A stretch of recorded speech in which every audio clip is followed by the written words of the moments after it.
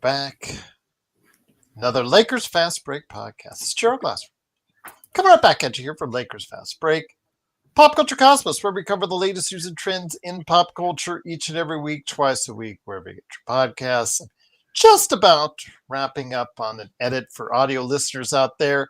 The latest PCC Multiverse for the Pop Culture Cosmos channel. For all you audio listeners out there, you will get one for Friday morning on your Friday morning drive.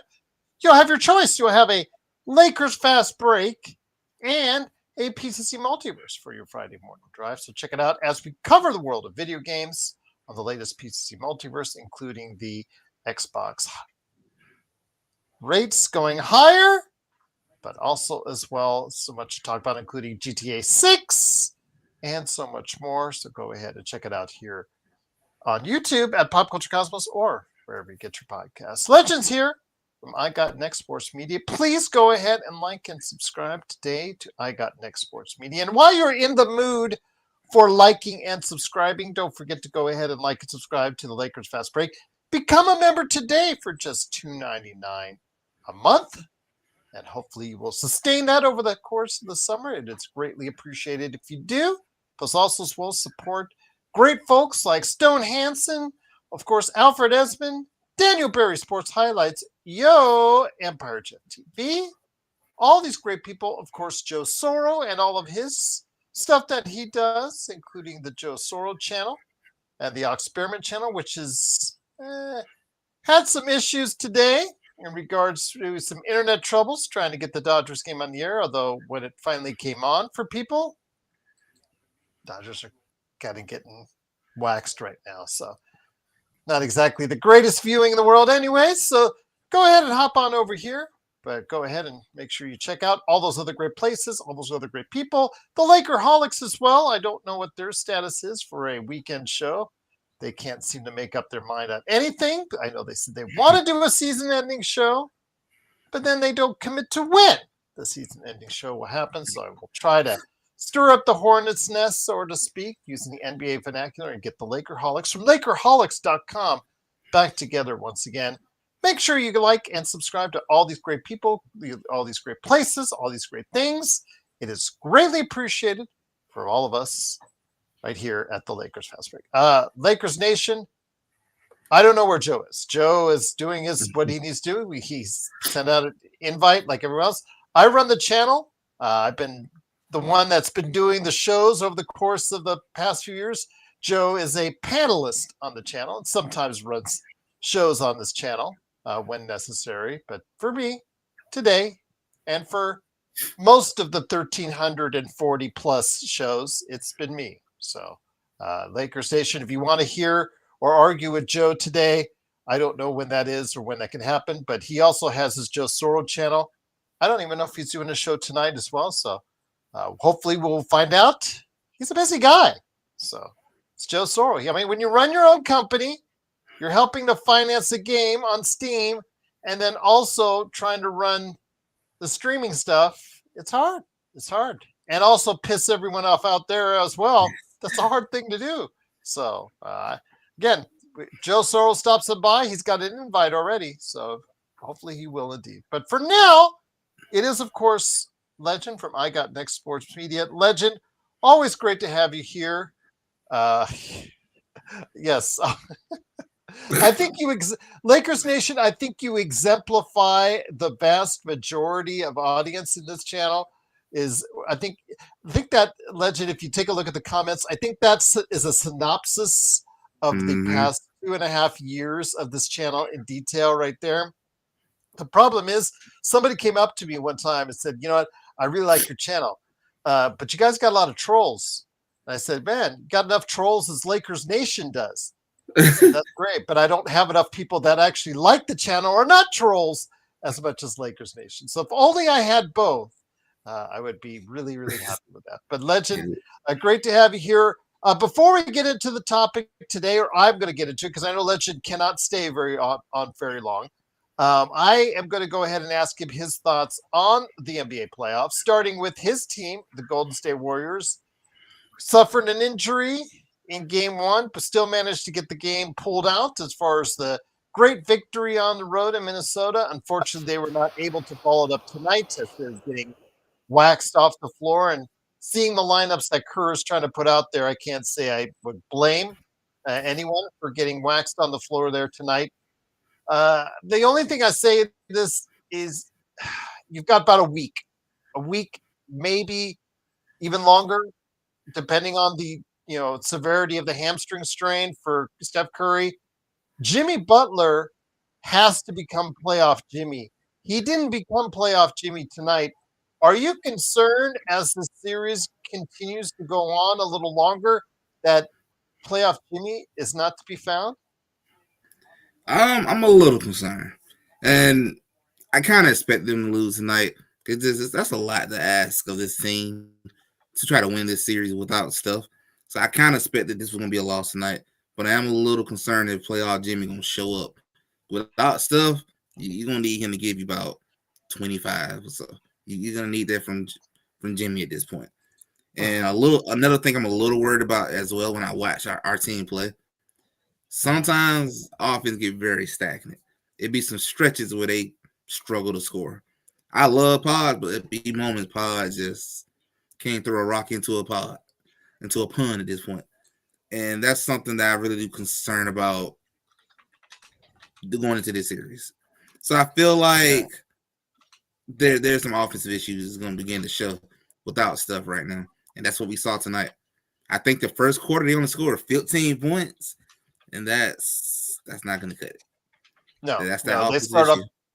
Yeah, they started off the game on a real bad note. I think it was like 37-16, 15 at some point. It was a really, really bad deficit they had to overcome. And actually had it in that first half of the third quarter, cut it down to 7. And you're starting to say to yourself, what's Minnesota thinking? Is it just the fact that they're just reverting back to the means? But they were able to go ahead and put on the gas, get it going, close out the third quarter strong, and then it's already in cruise control. And the game is now over 117-93 as they go back to Golden State, tied 1-1.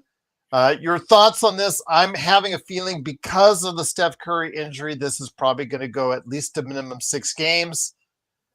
And that may be, that's the best hope is that this series goes long so that Steph Curry can come back and be able to finish this out for you. Is that the feeling and the mindset of the Golden State fans right now? That is the mindset of a lot of us. I can say like one of my students in my class is a Golden State fan, and even he's like hoping that we can get this thing to go 6, and hopefully he'll be back by Mm-hmm. that point. Maybe get lucky, come back in game 5.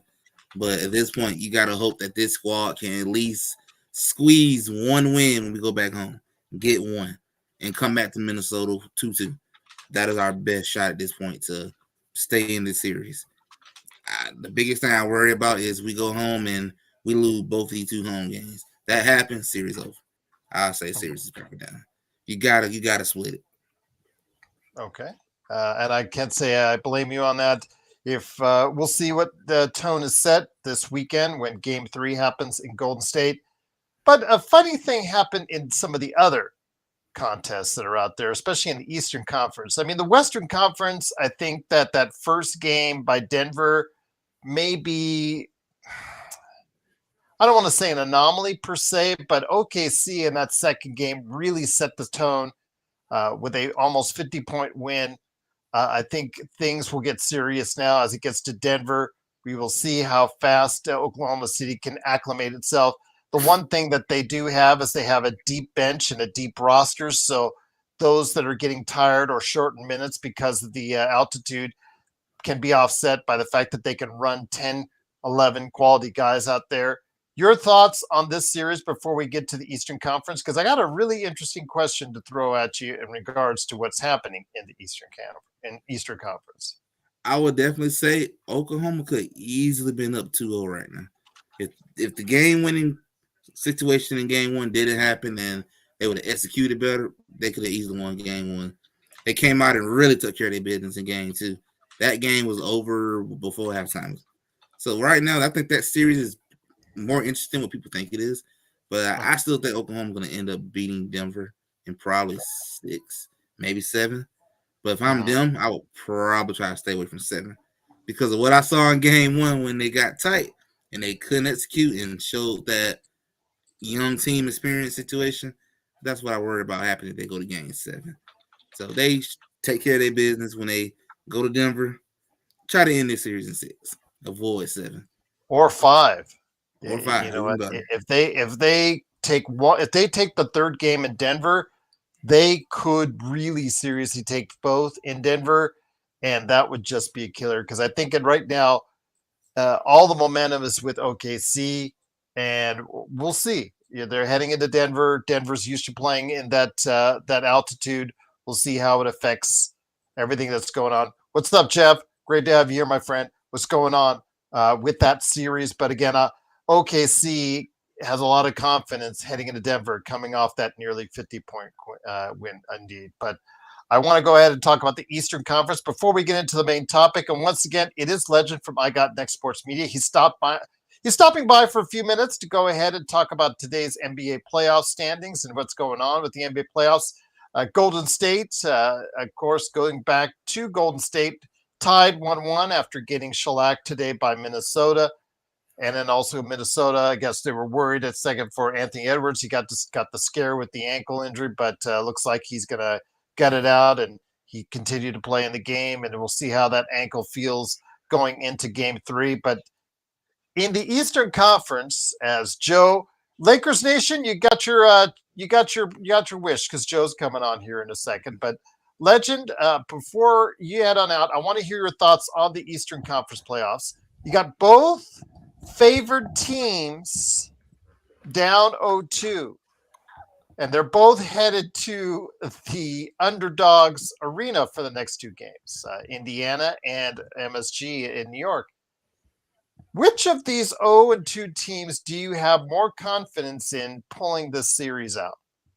Their series out, I should say. I would have to say I'm gonna go with Boston just because of the championship experience, and I feel like Cleveland's still a little bit on the young side. It's just asking a lot of it for a young team to try to get themselves out of a hole. If anybody can do it, I think it's that Boston team. But it depends if they're gonna continue to live and die by the 3-point shot. That's what killing them at this point. I'm gonna ride with Boston, but I'm kind of shaky on Boston too. Because Tatum just ain't looking like he's it right now.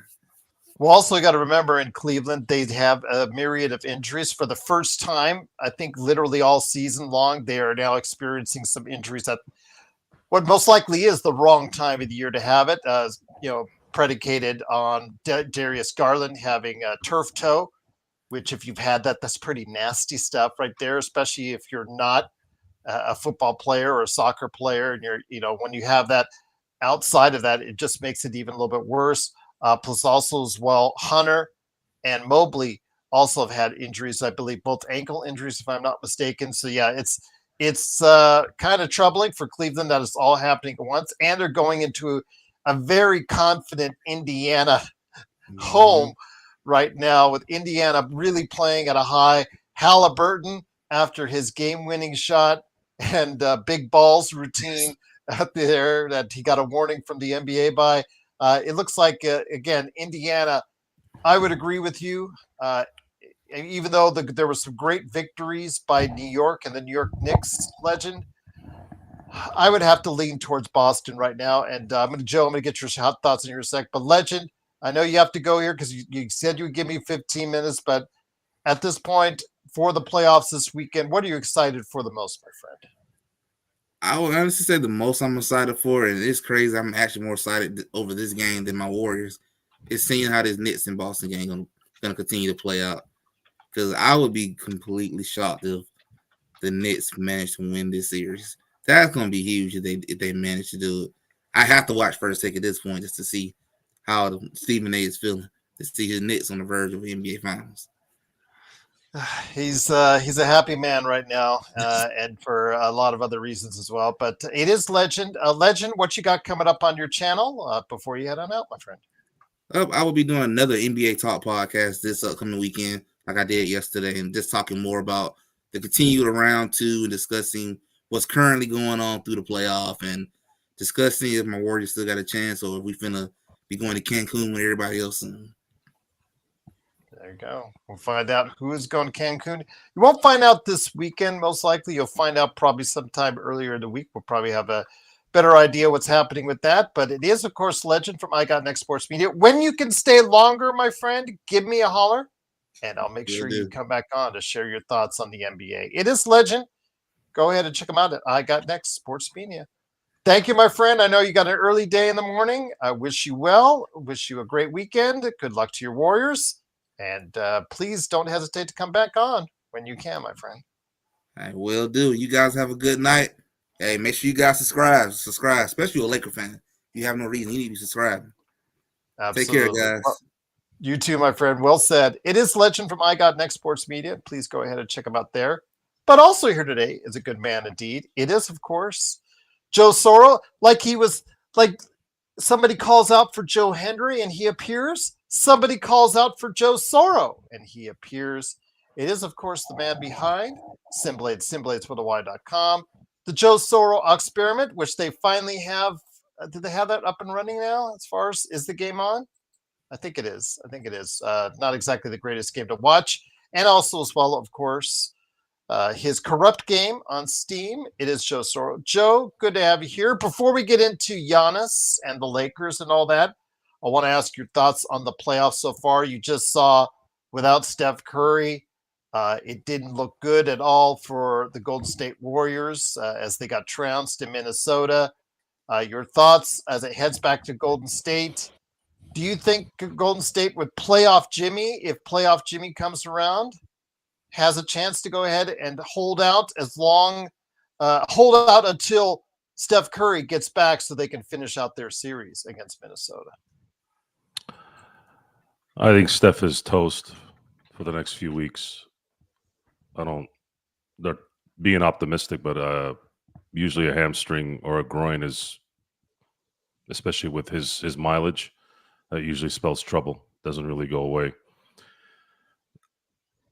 I don't know how to assess this year's playoffs. The games have been weird, to say the least. Yeah. All I care about right now is the Knicks finishing off Boston. I don't care about anything else. As long as Boston is done, and I have a hard time believing that the Knicks are going to lose both games at home. I think if they're going to lose, they lose one and win the other and go up 3-1. What happens after that is a different story.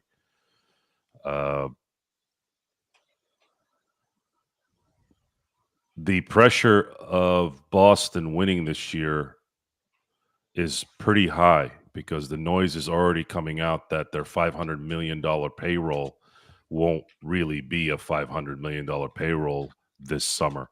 You're going to see major transactions out of Boston with the new ownership, and that is a 100% reality. So it's all the more important, with all the more importance in making sure that Boston doesn't win it. It can ease the tension from the Lakers debacle. And whoever wins it in the end, I'll be cheering for the Knicks to win it. I would like to see a Tom Thibodeau team win a championship. He's been much maligned. He's been much maligned in his career for overplaying, overusing, being old school. And it'd be nice to see that kind of put to bed and actually it'd be like playing old school baseball and winning in an analytical era. I just don't know if they'll end up blowing their wad if they end up beating the Celtics. But then again, who are they going to play? Pacers? Cleveland?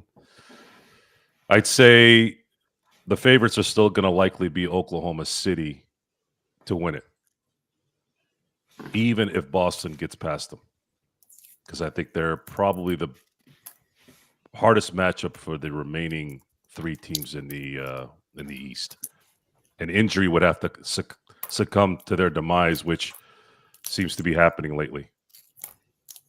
Yeah, as I mentioned, for Cleveland, they have incurred more injuries as of late than any time in any point of their season.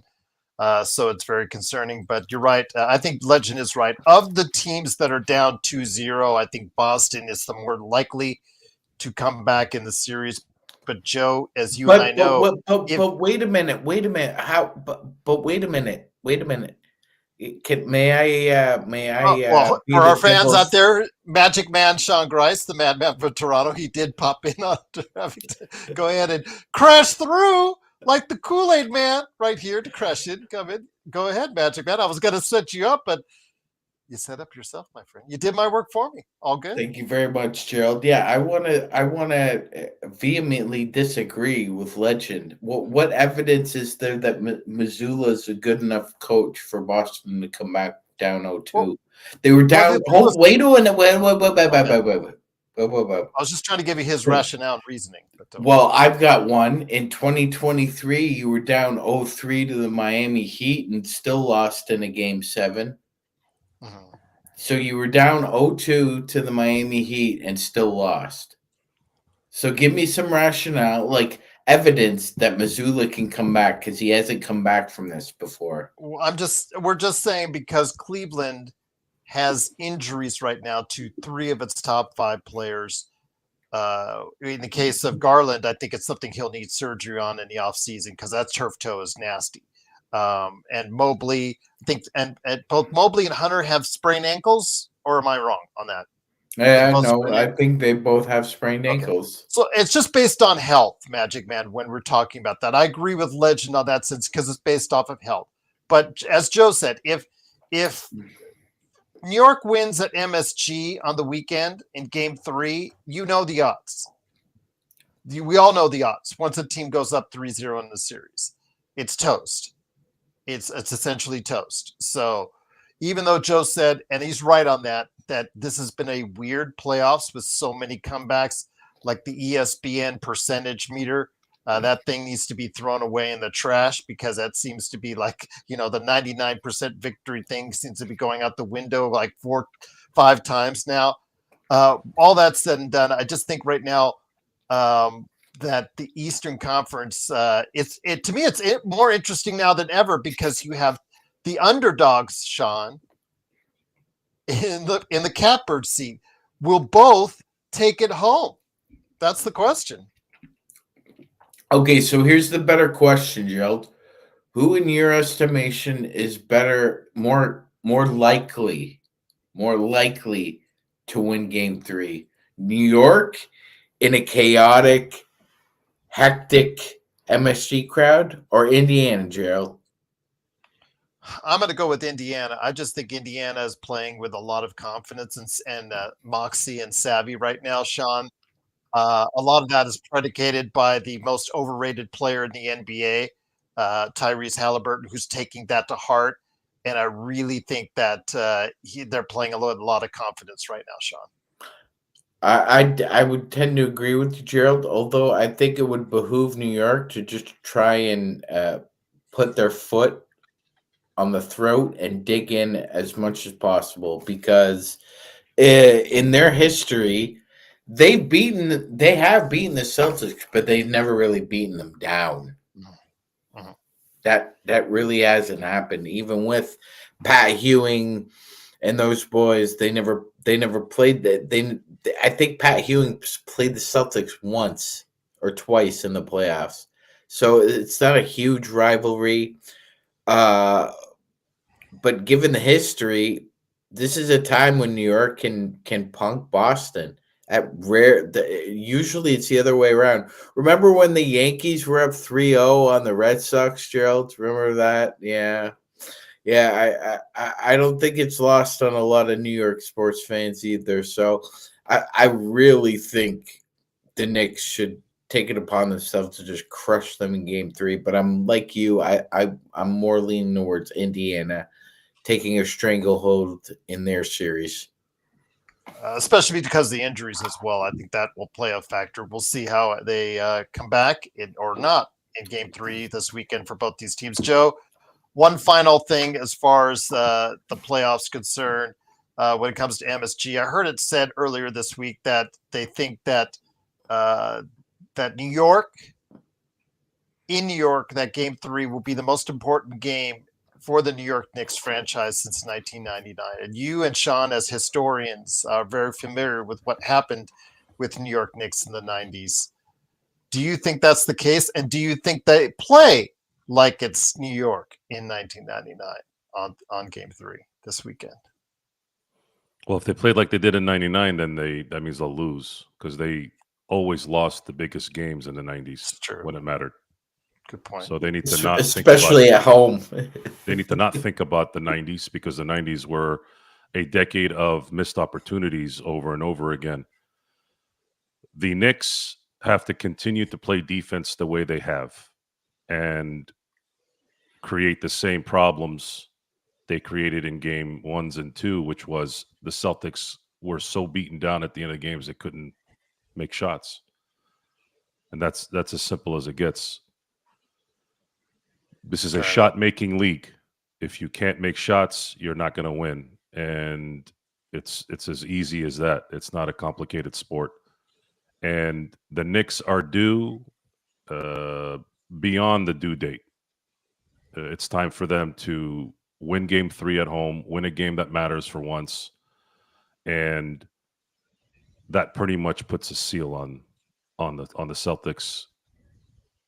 And then hopefully they don't feel like they're satisfied, because I don't see how, if they end up beating them in 4 or 5 or 6, I don't see how they can't go all the way and win it all. And that needs to be something that mentally is there. Now, the cool thing about this particular roster is you do have Jalen Brunson, you do have Bridges, and you do have Josh Hart, who are known multiple winners in the level below the NBA.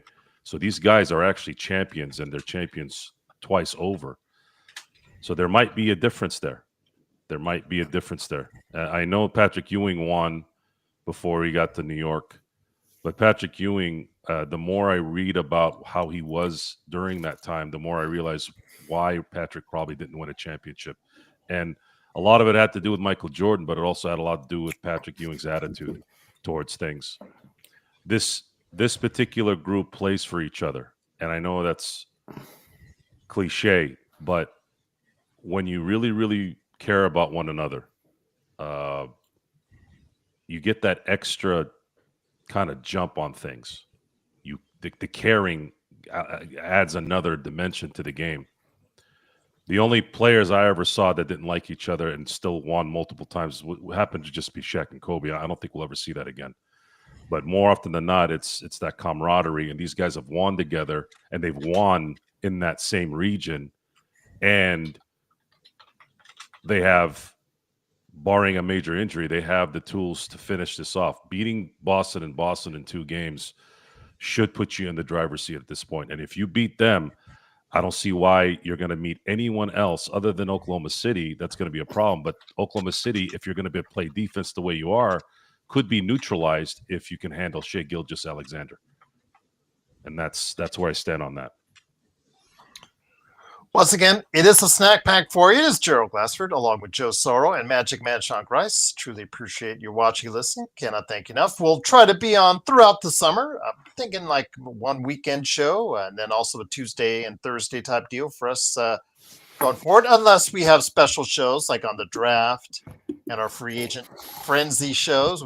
That's always been fun when we do that show. We get a lot of people just like by the hundreds at one time going live on. That was funny because I think we did over 300, I think, on that show at one time simultaneous. That was really a lot of fun.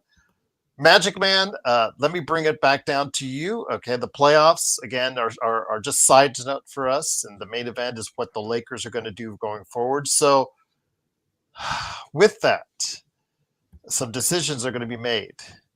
And one of the decisions that has to be made is by Giannis Antetokounmpo on whether or not he wants to stay in Milwaukee. Because if he stays in Milwaukee, he should already know that his team is doomed. They have no chance because not only are they a much older team than virtually any in the NBA, but they just got older with Damian Lillard now out with a Achilles tendon injury. And so his year is toast. So with that said in mind, he has every right to, for all that he's given that Milwaukee team and that Milwaukee organization, he has every right to respectfully ask for a trade. And no one in Milwaukee, I don't think, would say otherwise. No one would give him crap for it. No one would come back. If he does it in a respectful fashion, I think he has every right to do so. With that said and done, do you think he would, A, do that? And B, do you think he would dictate where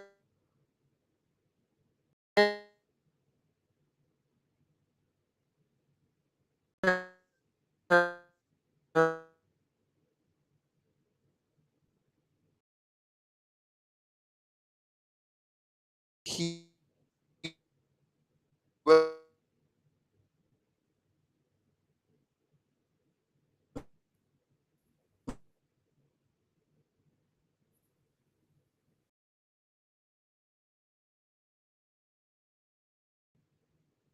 Gerald's frozen to me.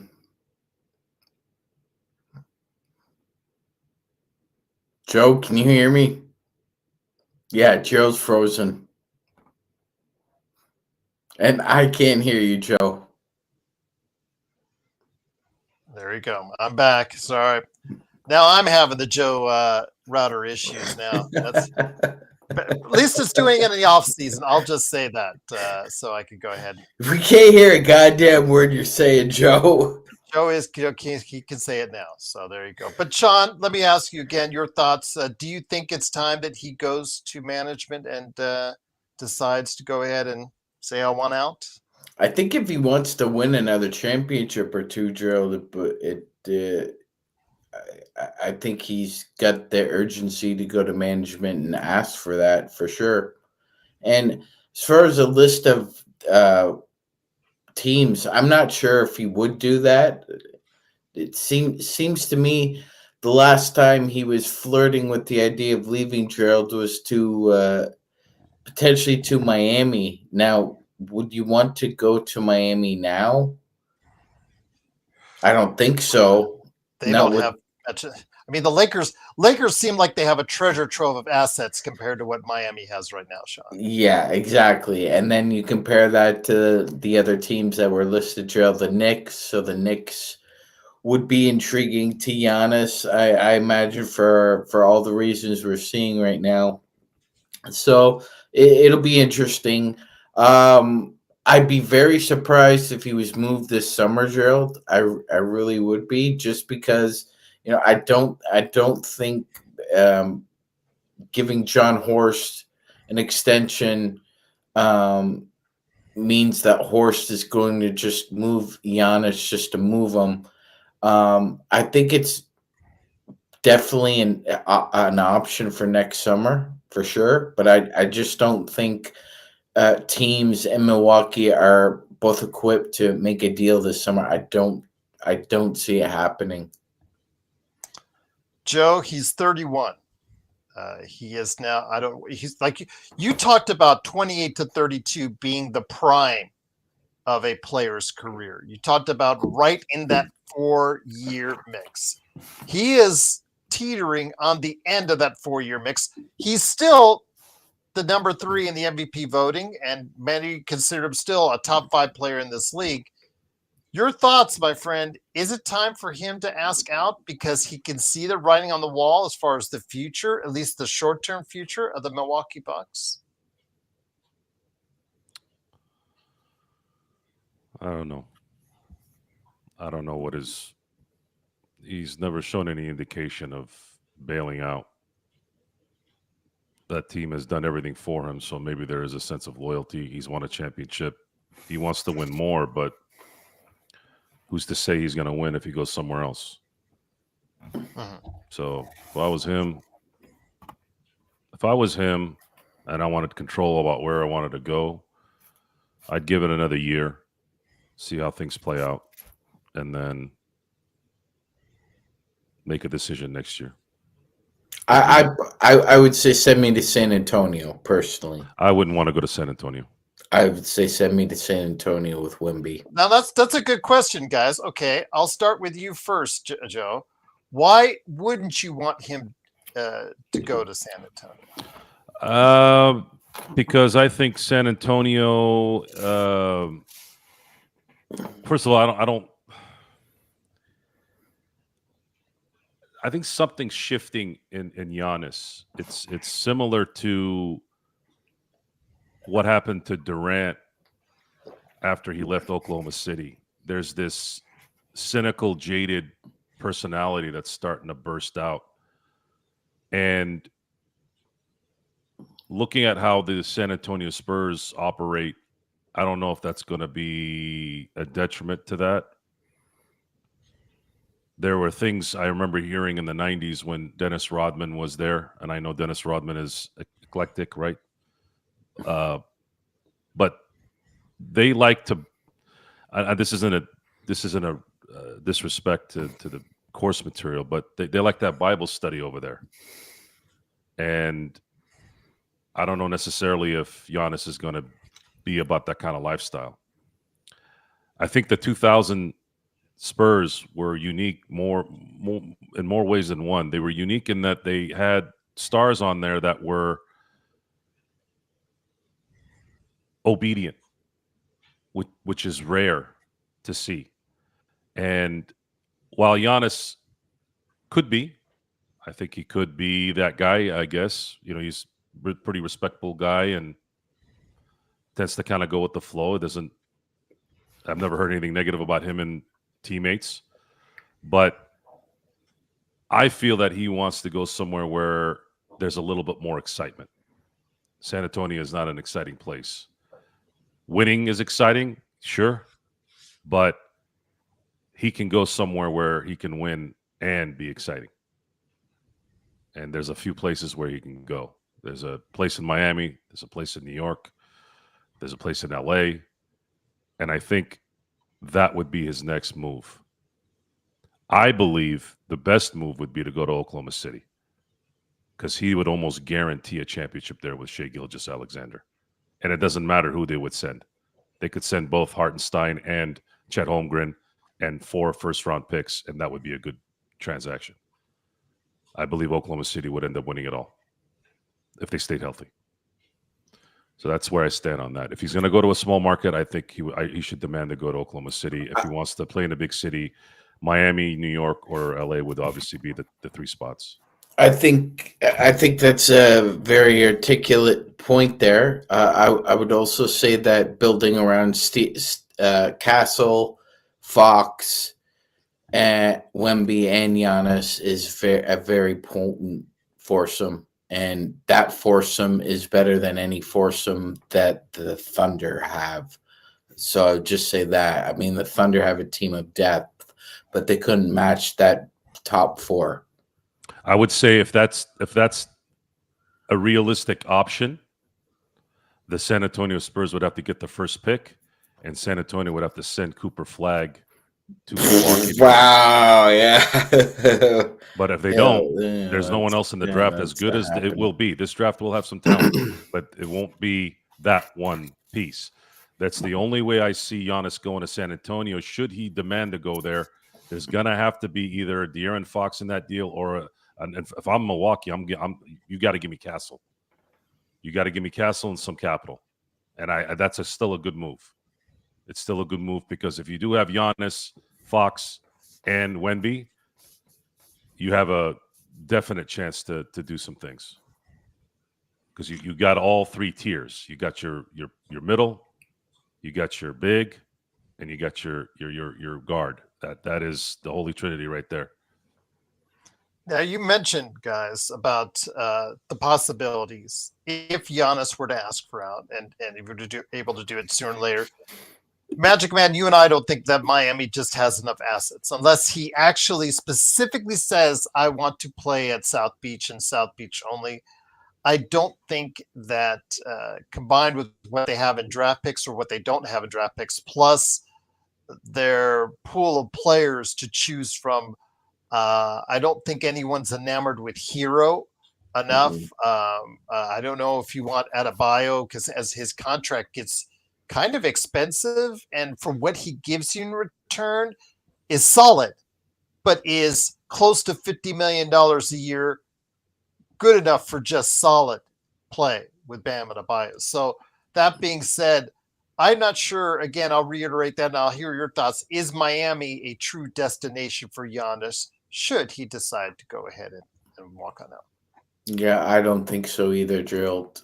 For all the reasons you stated, as well as the fact that uh, his his age now is definitely a factor, and what was, I think, what was falling into consideration for the two of them is that they were going to team up in Miami, not Milwaukee, and right, so that didn't end up happening.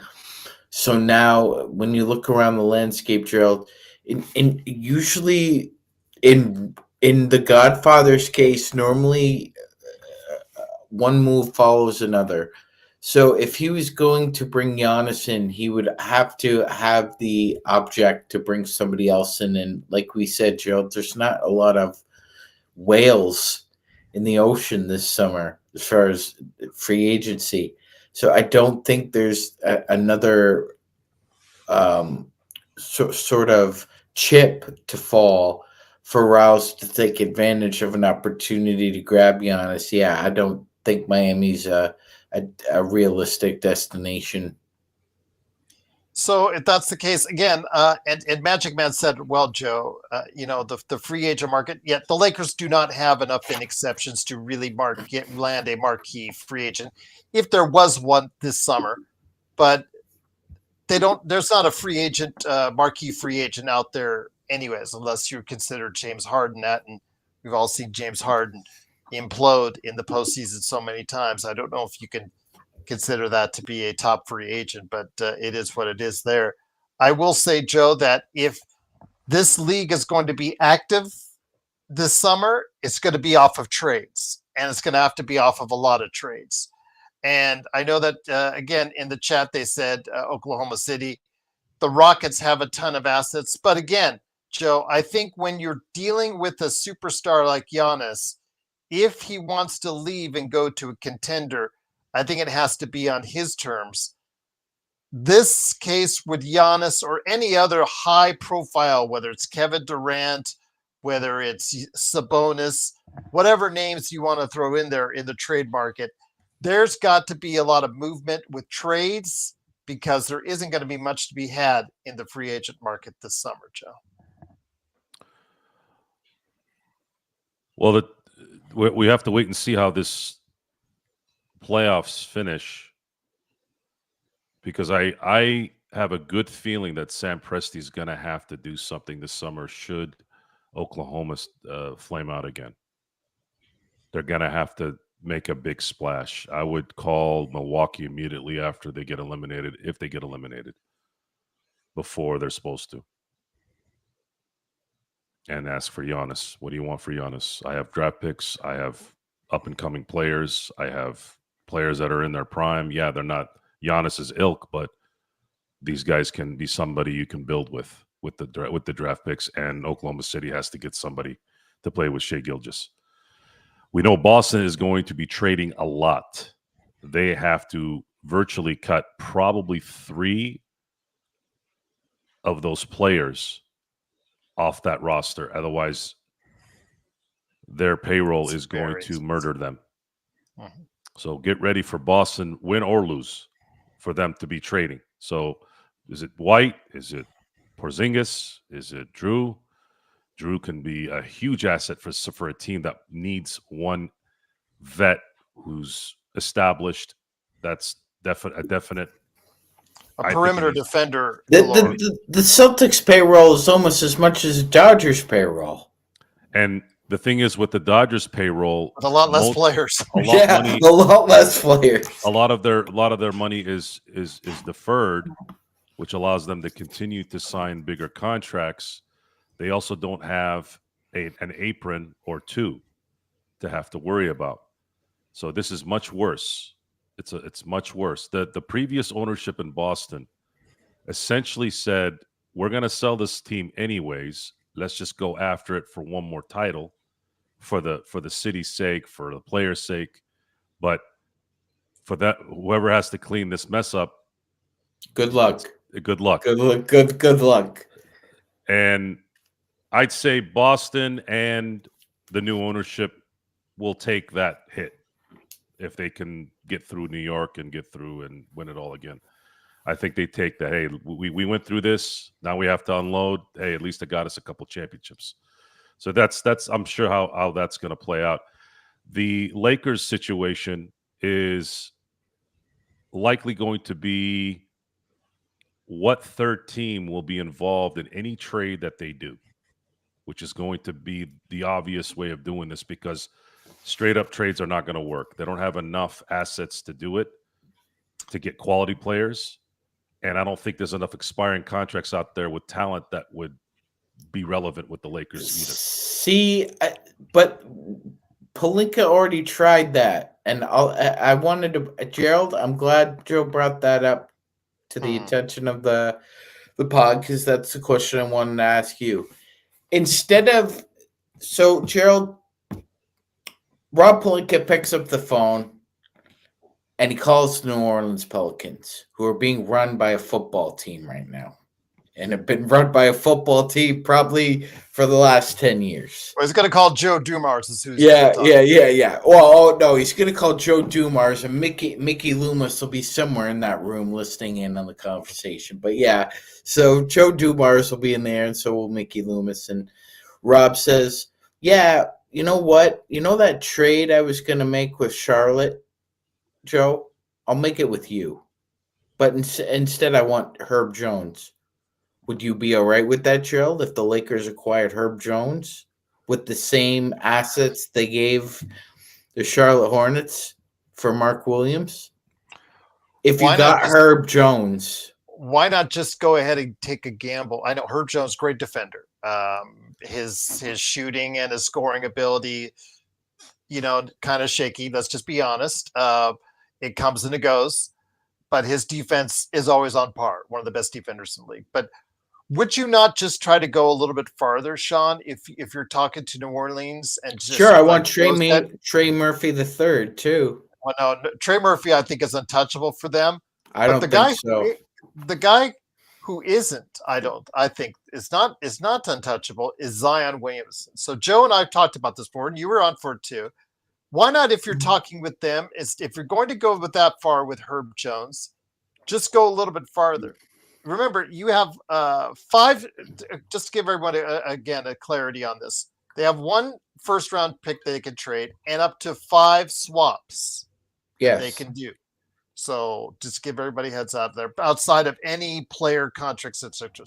So Joe and I had talked about gambling on Zion previously before. If you're going to make that call for Herb, nice player Herb Jones, but he's not going to move the needle so far in one direction for you that it's going to make a huge difference. It's going to help your defense, absolutely. Your scoring and as far as other things, not as much, because again, not a dependable scorer, but absolutely fantastic defender. But why don't you just take a chance? If you're going to gamble, Rob's already gambling a lot. He's gambled a lot during the course of his tenure. We've talked about it, feast or famine. If you're just going to go that route, why not go all the way when you're talking to New Orleans about Zion Williams? I think that would be great. I just think it's it's a Jiminy Cricket song, When You Wish Upon Us. Yeah, I don't think that's going to happen again, Gerald. Well, but if it does happen and they do get rid of him this summer, that means they just want to get out of the Zion Williams business. Sure, that'd be great. I'm Gerald, we talked about this. That'd be great. I just don't think Rob Pelinka's that resourceful enough to pull that off. Joe, do you concur on that? I mean, we've talked before about Zion, because again, if I'm just there talking about Herb Jones, at least I'm going to actually just bring up the possibility of Zion Williamson, Joe. Just to see. Zion would have to make a commitment, and you'd have to believe him. He has to be at 240, in my view. He's got. Yeah, you said that. That's a good weight. I agree with you on that. Yeah, Zion at 240 would be a absolute machine in the NBA, because that vertical and his aggressiveness and his talent would flourish, especially with someone like Luka throwing on the ball. There's your And small ball 5 for you. you're talking, yeah. No, I mean, you can shift to that small ball 5 with with Zion at 240. Yeah, you're talking about highlight reel. You're talking about top 10 Sports Center highlights. Do they even have those anymore? By the way, Mhm. jeez, I haven't watched that stuff in so long. But how do you know? Especially being in LA. LA is not any better than New Orleans Mm. in terms of it's actually worse in my view. A lot of cuisine in LA. Yeah, a lot of better food. I A lot of think you can Mexican food, a lot of yeah, carbs in LA, Yeah. man. yeah. It's all carbs in LA. Joe makes a good point there. Saturated fat in New Orleans, lots of carbs in LA, and he would have to completely immerse himself in basketball, and he would have to convince Rob. He'd have to convince Jeannie. He'd have to convince JJ, and he would be better there without LeBron too. And Because that's Zion and Luca have there's always been whispers of them wanting to play together. Most people just thought it'd be in Dallas, but now obviously things have changed. So that would be interesting. I'm just, and by the way, Joe didn't answer the question. Is Palinka that resourceful to get it done? Wook dog. This is a show where we discuss scenarios. Stop talking about, please stop wishful thinking dreams. We didn't say this stuff was going to happen. We're figuring it out if it were to happen. By the way, I just Could it really mentioned happen? Jiminy Cricket. So when you And wish by the way, upon the a Lakers just got Luka Doncic for Peanuts. AD on the way down and Max Christie. So saying this is wishful thinking is pretty ignorant on your part, considering what's happened already. Thank you, Nico. Our inglorious, gratifying. Thank you, Nico. Again. So, Joe, with that again, and Magic, I think you'll agree that if there's going to be a myriad of activity for these teams, it's going to be done on the basis of trades, whether it's around the draft, around free agency, what have you. It's going to have to be done via acquisitions because Brooklyn, as we've stated before on this show, is the only one that's going to have a myriad of cap space. Thank you, Ben Simmons. That's going to have a myriad of cap space this off season. But with that, nobody wants to go play in Brooklyn. And Brooklyn might actually get rid of even more of their players because of the fact that they realize, you know what, a lot of these players that we have on our team just aren't that good. That being said, Joe, the Lakers have got to be one of those teams that I think has to make some moves this offseason. But although you have said you're more on the plan of waiting until there's more cap space freed up for the Lakers in 2026, if that's the case, do you see Luka? I'm not worried about LeBron because LeBron's LeBron. That's going to take care of itself at some point in time, in some year down the line, whether it's this year, next year, or the year after.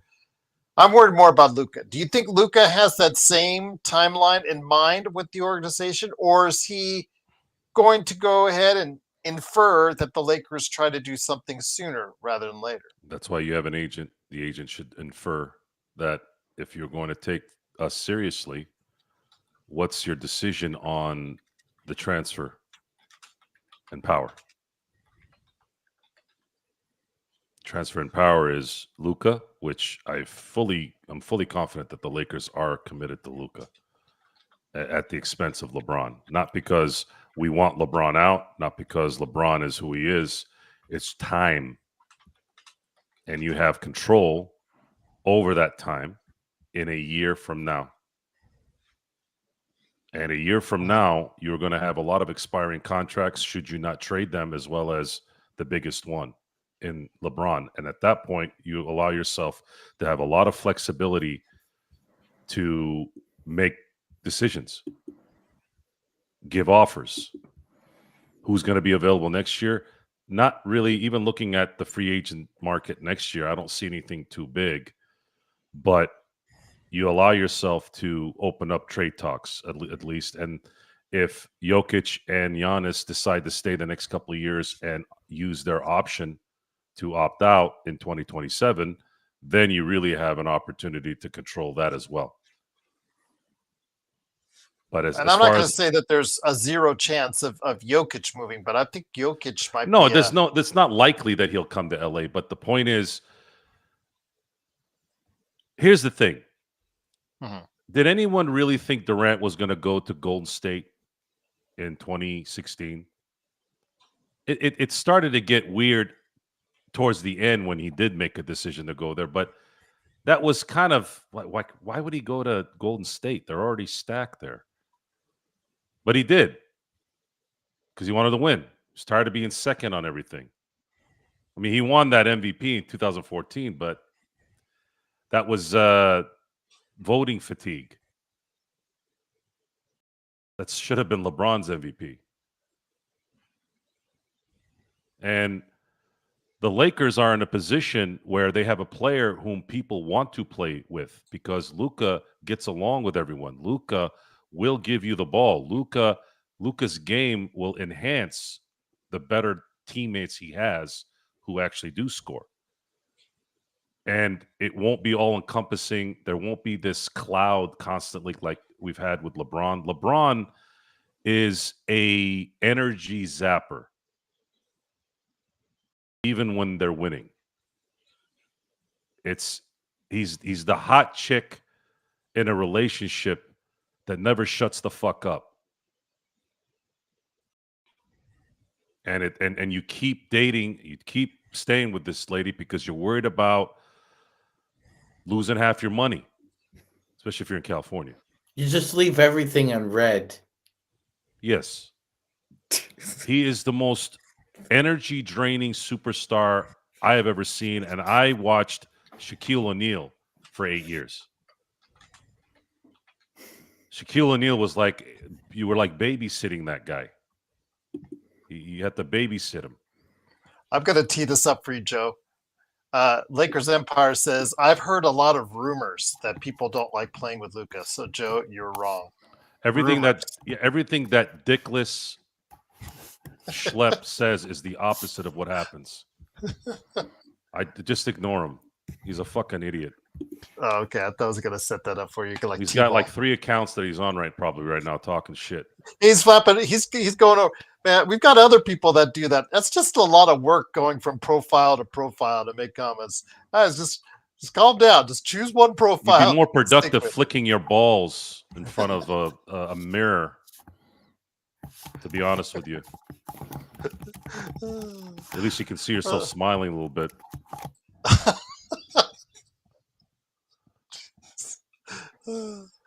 We went from a G to a hard R really quickly, Magic Man, on the rating there. Joe. This Joe just internet ripped off that knob. Joe just ripped off the knob. This internet thing is quite hilarious. It really is. It's allowed dinkuses to have a forum to speak when they shouldn't even exist. Okay. This is just hilarious. Oh, so funny. Their responses are just like, you guys really don't know who you're talking to when you guys say this stuff, right? They'll just go off on you and embarrass you and make you look bad. And we'll just get views off of it. That's the best part. Is when Joe goes off on you guys, embarrasses you, I can make a short of it like I did the other day and get views off it. And it'll make you guys look even dumber. So I don't know. If you want to be demoralized in front of a large audience, I had a steak, rice, and broccoli about an hour and a half ago. I'm well fed. I make a lot of money. I do what I want. I eat what I want. That's the perk. Oh, that's so funny. So Magic Man, getting back to it again. By the way, that sounds like a really good dinner, Joe. Oh, it was fantastic. It was fantastic. It was so good that the steak was barbecued 2 days ago. And I purposely prepped food because I've been in and out so much this last week. I just wanted to be able to get home and eat. No, normally I like to have a half a potato though at night. It just has a better flavor to it versus rice. But didn't have enough time, so I had leftover rice, and then I ate dry broccoli because I don't feel like I taste the broccoliness as much when I steam it. It's just dry and kind of tasteless. So yeah. I like it boiled myself. No. It's better, but it's kind of like cucumbers. You have to get it at that perfect moment, and usually broccoli is hard to get at that perfect, boil. And I didn't have the time.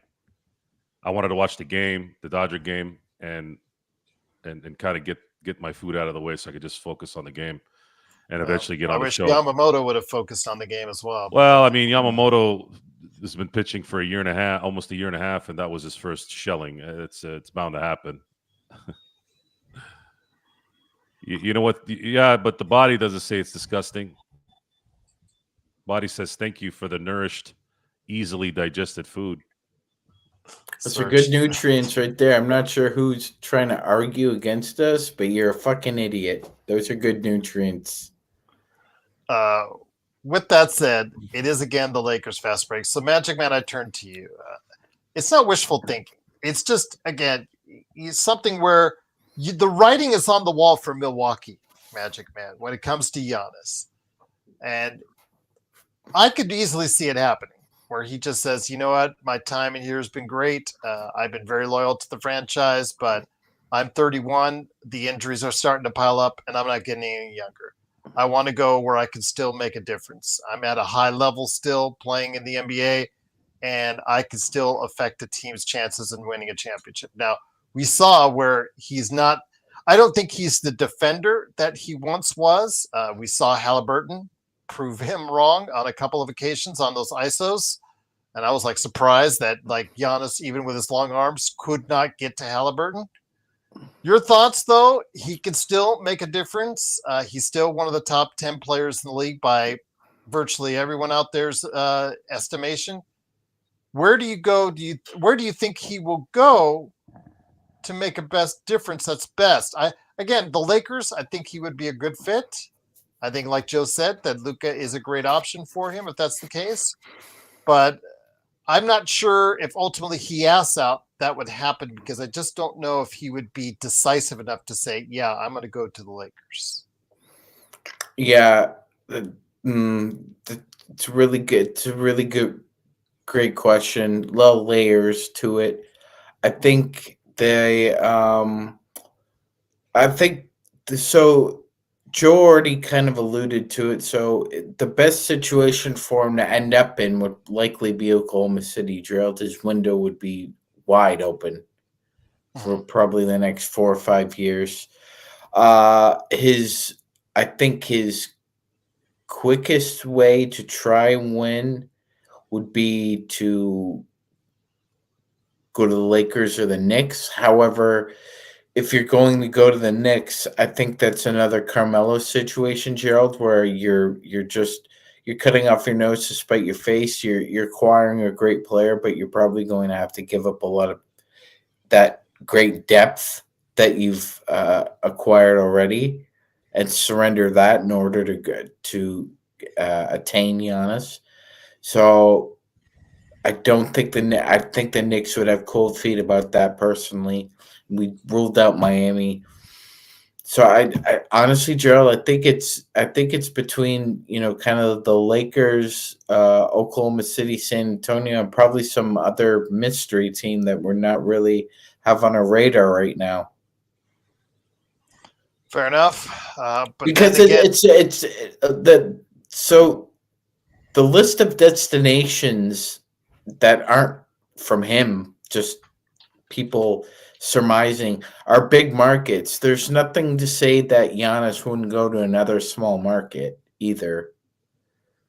Paul George did it. He went from Indiana to Oklahoma City. So it wouldn't be uncommon for Giannis to pull that kind of move. That's true. If he really is serious about winning, obviously that's the best option. Plus, he wants to help Milwaukee the most. But again, the allure of the Lakers always seems to get just them in the conversation, so to speak. So, Joe, if that's the case, I don't know. Did you intimate that the franchise, if they don't get something like Giannis falling into the laps, like Luka fell into their laps, do you see? Did you say that this franchise is in a way paralyzed by LeBron and what his decision to make in the future going forward? I don't know. I was trying to get your read the other day on that, on your LeBron takes on that.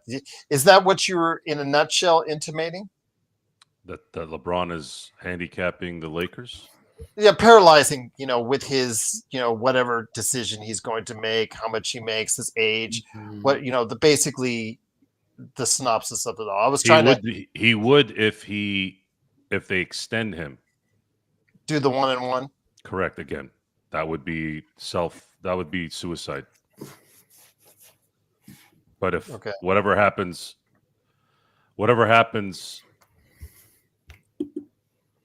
between now and 2026 is going to happen anyways. Unless he opts out, which I have no indication in any way that he is. He's not going to turn down $50 million, and he's not going to have a parade and a box of chocolates with flowers in his last year. I'm curious to see if that is the case, though. Will he say this is his last season? That's kind of what I'm waiting on.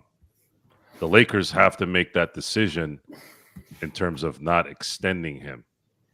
They cannot afford that. That's going to be very important, and I feel the Lakers need assistance with that from Luka's people. So do you think it's a real possibility that they're going to ask LeBron to just say next year and that's it?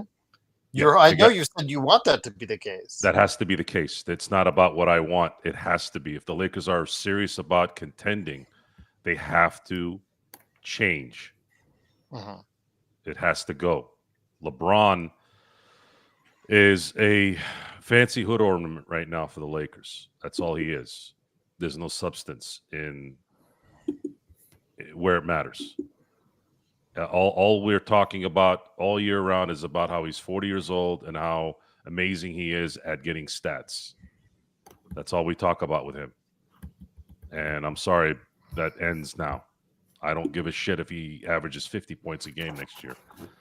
He can't score a point or make the right play at the end of games to save his life. That means the Lakers are losing, and it means nothing. Magic Man, I want to bring it back to you. Okay, so if that's the case, then the LeBron thing has to play itself out. The Lakers do need to make some changes, do need to make some upgrades. I know you and I don't know if you and I are still on the same wavelength on as far as Austin Reeves and Rui. I think they need to be traded this summer. I don't think you're going to get any higher trade value for them unless you're trading this summer. As it goes into the season and as it gets to the trade deadline, because he will be offered extension by the Lakers. He being, well, maybe even Rui too. Both guys will probably be issued some type of extension, or at least Austin will be. And Austin will turn it down, looking for much more money, much more substantial money that he can get in the 2026 offseason, whether it's with the Lakers or somewhere else. I think it's imperative that the Lakers go ahead and seek out trades for AR and or Rui, because I think that this team is not going to make any serious upgrades until they do so. Your thoughts on that? Because I know you've been really a great backer of Austin Reeves. At one time you said that he could be an all-star next season.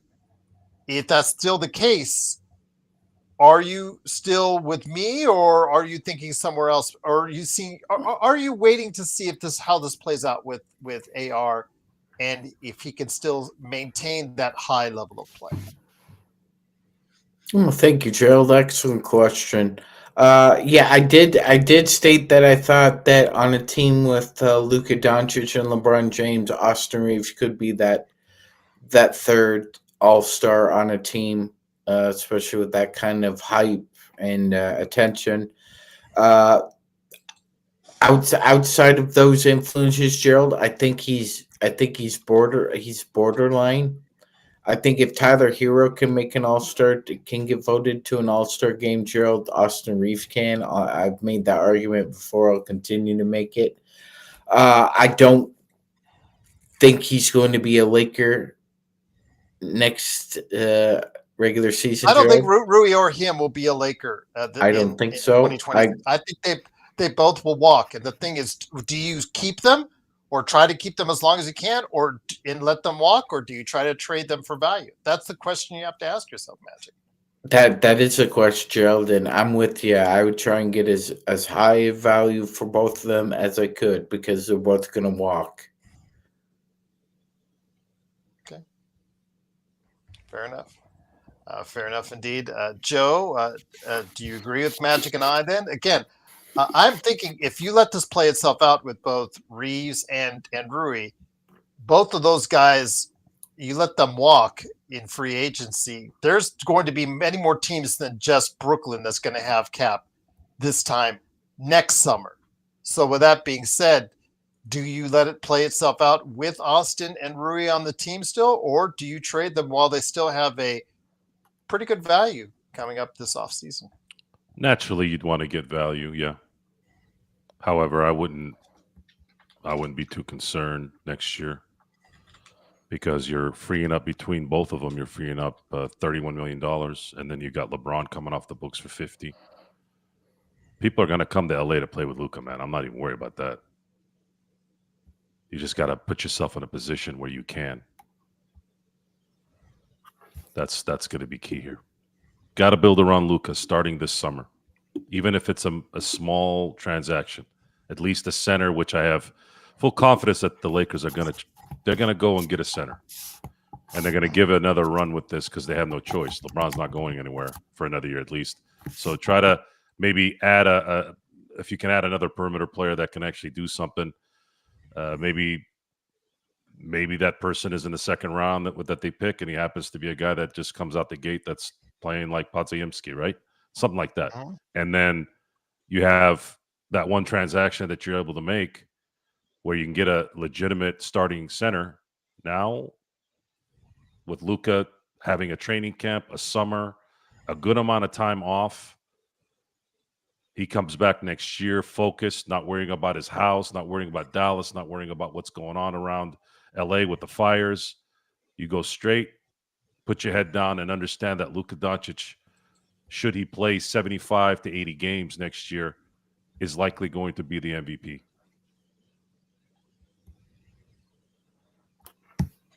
Okay, fair enough. If the Lakers do have right around what their record is right now, or a little bit higher, I'm sure Luka would be the best, or most likely the star player. Biggest reason why that would be the case, and obviously would be high up in that MVP consideration at the very least. Indeed, Magic Man is because some people in the chat they seem almost confused at why would Rui and Austin walk, and it's simple mathematics, Magic Man. You have two players, one that's a 20-point versatile player in Austin Reeves that can facilitate, be a secondary playmaker, and get you 20 points a game. And then you have a forward, 6'8" forward that shoots 40% from the three-point area that can alternate between, he doesn't, he's weird because he doesn't fit as a true 4 and he doesn't fit as a true 5 or a true 3, but he can guard based on the matchups, either one of those slots. So he, in the right setting, in the right team, he can accentuate it really well. And in the certain playoff settings, he has. So with that, Magic, it makes sense to believe and understand that if both guys are ready to cash out in 2026, most likely what would be their biggest contracts ever, it would be safe to assume that they're both waiting for that summer 2026 to do just that. Yes, 100%, Gerald, and not to mention the fact that if I'm not mistaken, I believe Rui can sign a max extension worth up to $33.9 million a year. Though he's not going to get that from the Lakers. So obviously, Gerald, if he's shooting 40% from three in the regular season and the playoffs, and also accumulating those kind of numbers off wide open looks, he might not get that, but he's gonna get a big contract bonus, Gerald.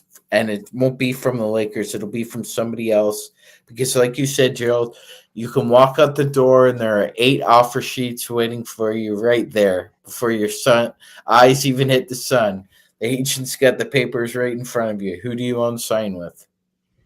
Exactly. And again, as someone who hits 40% from three, that is a marketable skill. And if you can play even, and he does at times play adequate defense. He makes the effort, and as he did even in the first round against Minnesota, he played defense at adequate levels at times. He played with great effort, which he can do. And they both have fanfare, Gerald. Yes. So they both are draws as far as a niche fan base is concerned. So you also have that as well. Their jerseys sell. So it's not as if this is a situation where everybody out there, if they walk out the door, it's going to be hands in the pockets, the wind, and it's forlorn, Gerald. No, there are going to be plenty of offers for those two guys. I think there will be, and so that's the thing, Joe. So you have to consider among the many possibilities this summer. Again, if Giannis decides he wants out, that could change the dynamics for everything out there. Is there another player out there, Joe, like Giannis, that if you Jokic, let's put that to the side, but is there any other player that you think that could walk up and just change the dynamic of things, that they walked up and said, you know what? I think it's time for me to leave, like Giannis. If he sees the writing on the wall and says, you know what, it's time for me to go. Is there another player like that for you?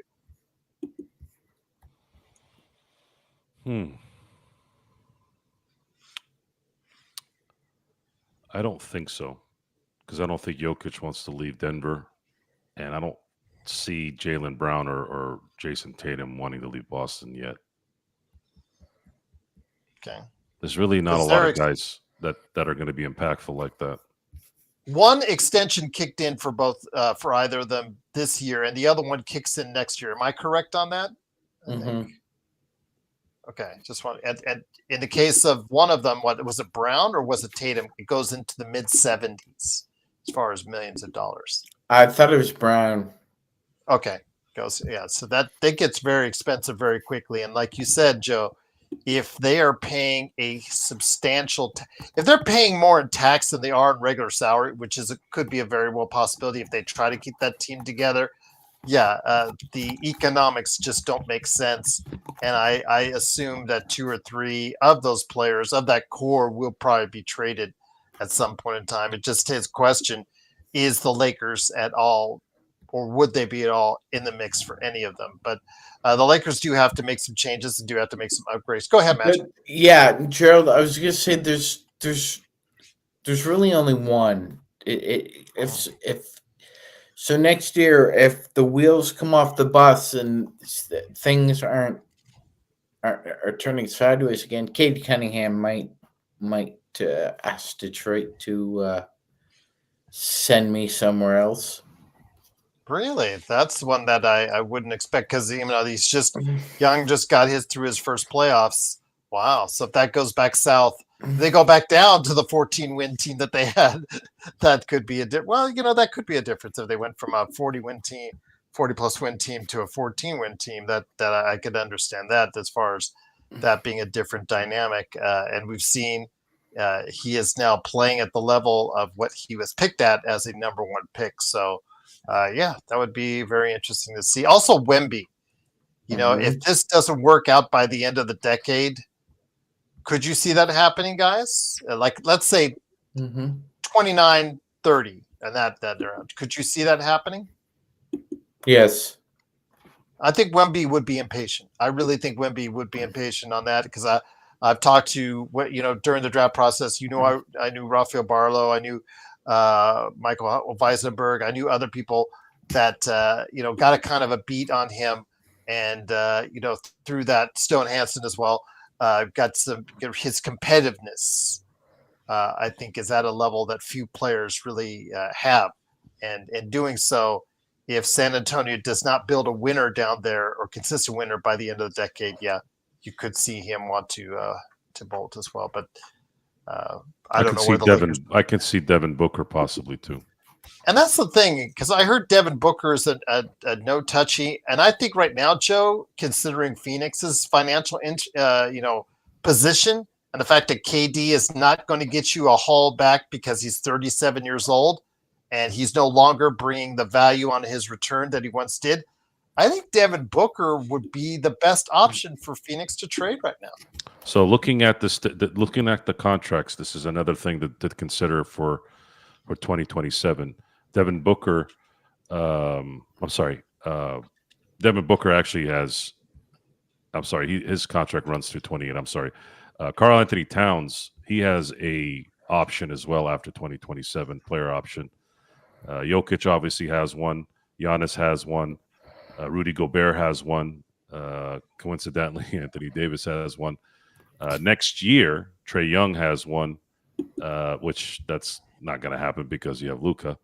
But there's going to be some players that Donovan Mitchell, that's another one that has a player option in 2027. So looking at if things stay the same the next 2 seasons, let's say Giannis, Jokic, and Marshall all play out their contracts, there's a chance that in 2027 you could see Jokic, Giannis, and Donovan Mitchell opt out of their deals to become free agents. That's a pretty interesting free agent class for the Lakers to probably have a chance at getting one of them. And again, Booker, I think 2027, looking at how this is going to play out, I really believe 2027, that summer, is probably going to be the summer where the Lakers do something. I mean, they could do it before, but it would have to be somebody that says, I need to come to LA. And the team that's trading that particular star obliges. And Milwaukee would, because Giannis has been very good, and they've been good to him. There hasn't been any rift there. They've done everything they could. No. And he knows that, but again, he also knows they would honor his wish. If he said, I want to go to the Lakers, can you please make it work?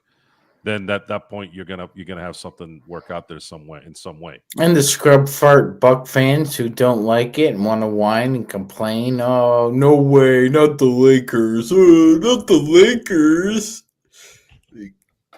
losers. Again, it's up to. I think it'd be up to him. I think the organization, he would be respectful of the organization. The organization would be respectful of him, and they would try to meet on a team or teams that they could negotiate with, if that's the case. But I think their season problem is like being a sports fan in that state, in that city. I mean, he's been the really only consummate and consistent superstar you've had, really. I mean, really. I mean, it's been over 25. It's been almost 30 years since Brett Favre. The Brewers, God bless them. They try real hard, Joe. They spend money. They try real hard, but they just can't get over the hump. I don't think the Lakers would be the number one destination unless he makes it the number one destination. But next year is toast already for them, and he's got to see that already. Yeah, Damian Lillard with the Achilles injury. Search, can you please destroy the gay shit that's going on right now, please? You sick fucking piece of shit. This isn't a bodybuilding page, dude. Get the fuck out of here. I hate that stuff. That stuff I don't like. No, don't do that. You want to be gay? Go to the gay pride parade. This is not one of them. Even if it's a joke. I have no idea what's going on right now. Of this shit. He's already done it on YouTube. It still shows up in our scumbags. You guys, when you ask for it, you ask for it. You're just asking for it because he just goes ahead and rips on you and demoralizes you. That's what they want. They're again, masochists. These are the kind of guys that want women to step on their faces and their dicks. Sick fucks. I just watched the Dark Side of the Ring with Tony Aplis episode. That's half the show was about that garbage. I'm like, Yeah. I want to listen to Tony Atlas and his career and how badass he looked. Like, dude, that guy looked like a god. Yet But they're the talking first- about some bullshit first shoes. chunk, yeah. Like, what the fuck Yeah. is this? because that's what he likes, Magic Man, or he liked at that point in time. I think he's worked himself out of it. He's become a much better person. He's taken care of his wife who suffered a stroke, but he had and he was very honest. Doesn't I she appreciate his find honesty that about it. weird though? Other women It- doing things to It- him. It's weird, absolutely, but he you know what, he was honest about it, but it's like they spend a whole Look, man, chunk of it. I'm not gonna I'm not, yeah. I'm not not gonna delve into this too much, but lately, some of the shit I've found out about people I know has set it off even more for me. It's just I'm sick of Set this. what off? People are sick and people are sick.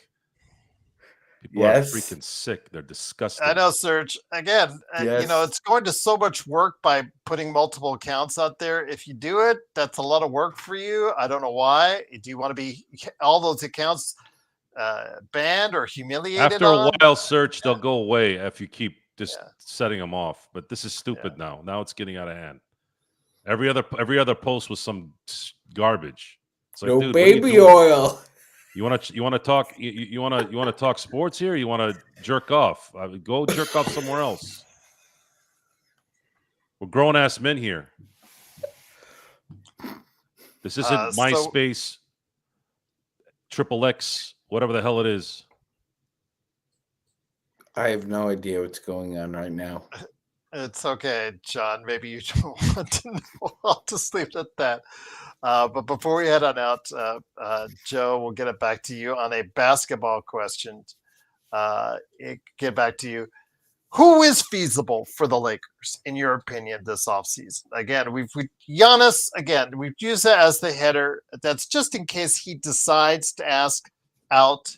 And that's just in case he decides to put the Lakers on this. Because, when these things happen and somebody asks out, the Lakers are always inevitably put on the list, even if ESPN puts the name on the list because they want to get clicks and views. Who do you think is feasible for this Laker team?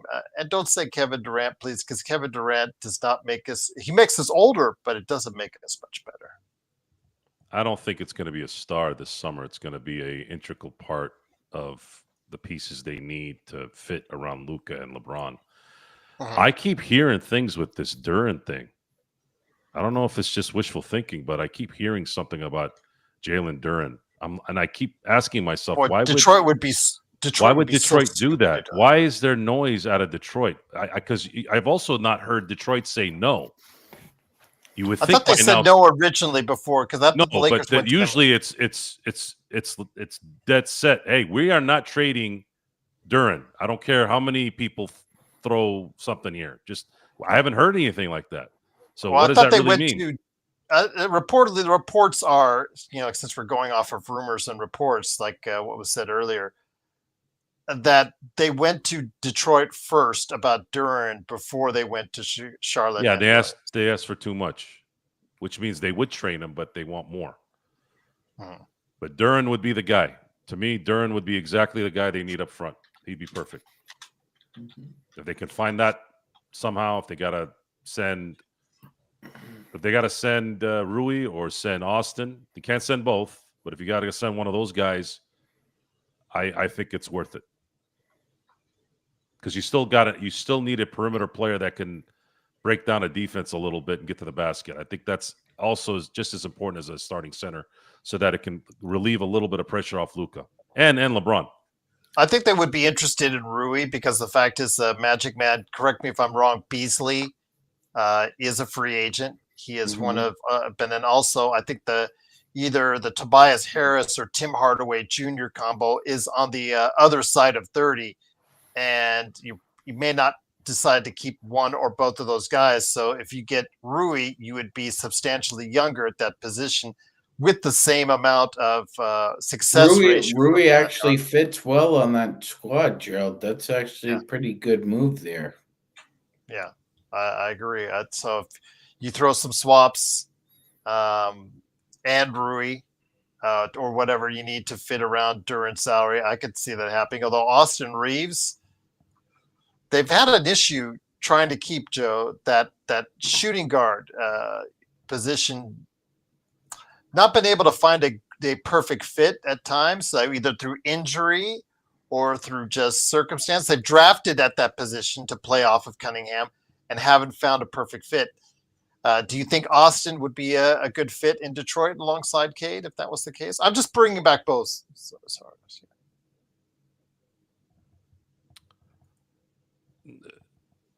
That's not going to be enough. Yes, not gonna be enough, though. it would take the edge off Kate Cunningham. It would allow him to be more of a scorer, Gerald. Mm-hmm. I agree. Okay. All right. Well, again, just speculation at this point in time, not wishful thinking, but I think that the Lakers are probably on a faster timeline than what maybe some will anticipate, because the fact is, I don't think Magic Man and Joe, I think the mentality where we see summers off for this organization, because you know that Laker Tom has at times been very angry at this organization for not making moves. The Luka timeline is going to be sped up. I think as long as Luka has that aura out there that he can leave in 2 seasons, Magic Man, I think it also just says, you know what, the Lakers have to make some changes, and have to make some changes for the better sooner rather than later. Gerald, probably sooner more than later. By the way, Gerald, I had a question for you. Do they still make Boone's Farm wine in the United States? Boone's Farm wine. I'm going to look that up. I'm not familiar with it, but I have a feeling that they do, because if it comes up real easily, yes, they do. Magic Boone's Man. Farm. You could get it for as low as $4 a bottle. Well, I think Clippers off season has been slamming back a few bottles of that Boone's Farm, because saying Zubac shut down Jokic. I mean, he didn't shut down Jokic. He slowed down at times. What planet are you on, man? I mean, he caused Jokic to have a couple of, let's say, underperforming games, Magic Man. But then when Jokic turned it on, there's no one that can stop him, not even Zubac. But Zubac does play better defense on him than probably about anyone in the league. Statistically, it says that anyways, Magic Man. So, but yeah, even he can't stop or shut down Jokic. No one can. But he can slow him down from time to time. If he's facing up on him, I think that Zubac can play him pretty well. But when he backs up anyone, including Zubac, he's a lot harder guard. And I'll just leave it at that. But guys, it's been a great episode. But Joe and Magic Man, I want to get some final thoughts from you. Joe, I don't know. Are you excited about what the Lakers can do this offseason now that they have Luka? About the possibilities and about what? Hold on, Joe. Clippers offseason. Jokic also, if I'm not mistaken, he also averaged a triple-double in that series, in the Nuggets one. So, as in the Joker, be gone. Go ahead, Joe. Well, I'll start off with you before I hit it to Joe. Then, do you think that you'll be excited for what's going to go ahead? Do you think it's going to be active off season for the Lakers this off season? I think so. Joe. There are multiple options here. Rob knows what the tasks ahead. I think he's going to try and be active. Okay. I would say I put the aggregate at 75-25 aggressive Rob this offseason. Okay. Joe, do you concur that it's going to be a little bit more active off season than it was last season for the Los Angeles Lakers, Joe? Much more active, but the first things first. I'd like to make sure that this next year LeBron is playing his last year. If they That's a sign him, priority. if they sign him to an extension, then we're in trouble. And that's still in your mind, right? Again, because I'm not going to be dishonest. I'm not trying to argue with you. I'm just still saying it's a real possibility for the Lakers. You sign LeBron for a 1+1 again, you are pretty much telling Luka and his You're game cutting that, Luka's prime in half. correct. And Magic, I'll just leave you with this. In the LA Clippers series, 24 points he averaged, Jokic did, which is substantially down from his numbers. But he did average a triple-double, 24, 11, and 10. I thought so, yeah. So you can't say you shut somebody down if they average a triple-double, sir. No, his points are down, but he still shot 50% from the field and 45% from three. So as much as I'd like to say as a Zubac stan that he, statistically during the course of the regular season is the best against Jokic, he did not shut down by any stretch of the imagination. So I'll just leave it at that. And then again, at the end of the day, What is this obsession with shutting people down? I don't know. It's getting tiring to hear that word. Tell me about it. It's societal's bullshit, and why my disdain for it continues to grow. And everyone's like, "Why are you so mad, Joe? Because you're fucking stupid. That's why. Because people are fucking stupid." True. Somebody who drops 30 points, 10 rebounds, and 8 assists got destroyed. Now, that's getting destroyed because Luka's the only basketball player that ever lived that can drop 30 and also not play defense the way you want him to play defense, especially when you got Swiss cheese behind you. What did you want the Lakers to do? What? Did you want Jamison III to play back there to protect? The Lakers had no big men worth playing at all. DFS is not a big man. He's more of a middle guy. So what is this language that keeps getting changed? The shit that's gone on the last 5 years with these, I'm imagining something and it's true because I imagined it. No, you're a fucking idiot. You're imagining stupid shit and no one is calling you out on it. Although it has changed a little bit. People are calling people out now because we're tired of it. Because you're a fucking idiot. And you need to be told you're a fucking idiot. And I would love to do it in person. It's much better to tell someone in person what a fucking moron they are, by the way. It has a greater effect. It is the most exhilarating feeling. I did this at a wedding once, and I didn't even know. I didn't even remember this. It happened 12 years after I did it. I didn't even know I did it. I talked to someone that was at the wedding who I hadn't seen in a while. Oh, my God, Joe, do you remember what you did to that guy? I'm like, what the fuck are you talking about? At so-and-so's wedding. I'm like, no. And then he's like, you remember that guy that said this, this, and that? I go, oh, that dickhead. Fuck him. He goes, do you know what he did that night? He goes, he left. He left that night. He left. I go, good. He shouldn't have been there in the first place. He's a fucking idiot. He should stay in his house and just be by himself. Because he'll be right if he talks to himself. It's just, it's tiring. It's tiring. It's tiring, and I have enough energy to go after it. That's the beautiful thing. Most people have to go drink, or they got to go talk to a psychiatrist, or they got to go get, I don't know, go in their safe spaces. Fuck your space. Fuck all this. If you had more people like me out there telling you what a fucking idiot you are, we'd have less problems. Grow the fuck up. You're an adult, aren't you? There are children that do better now listening and understanding than adults. How about that? I've talked to kids who are smarter than their parents. How the fuck did that happen? This is your parents? Like, I obviously couldn't say that because I don't want to, disrespect their parents. But I'm like, how the fuck? I'm like, in my mind, I'm like, what the fuck is going on here? How the fuck does this kid know what's going on?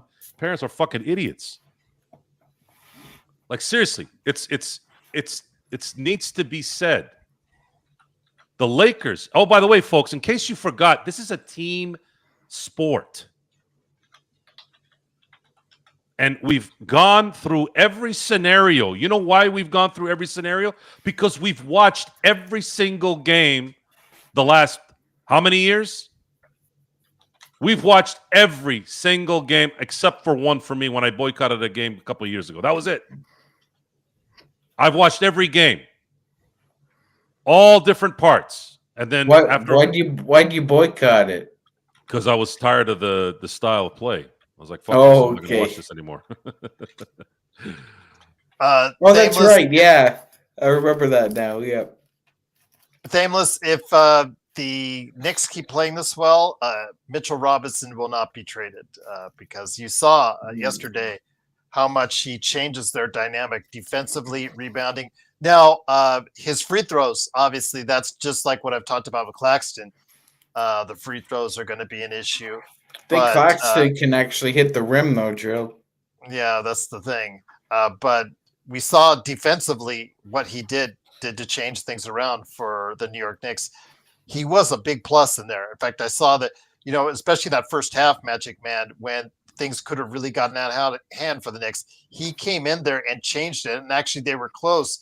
He comes out. Then you saw the lead grow back up again for Boston. So he, as a rebounder, both offensively and defensively, well, that's what you want. You want a big guy like that. Doesn't have to be Mitchell Robinson, but you have to find someone with size like that can do the things like that. Rim protect, but not rim protect where it costs you rebounds. Because that's the thing with Turner, with a couple of the other high-end shot blockers. It takes away from the rebounding. Kessler, I know that that's why John and some others really like Kessler's, because the kid can still rebound, but yet is it one of the best rim protectors that's out there? It's hard to find that mix because if you go after a Turner, Magic Man, and I know we're just staying on a little bit longer, but I just wanted to get off my chest on that. If you go after a Turner or someone like that, Magic Man, those shot blockers that don't rebound well, that doesn't help your team if you're a bad rebounding team in the first place. Yes, he stretches 5, fantastic.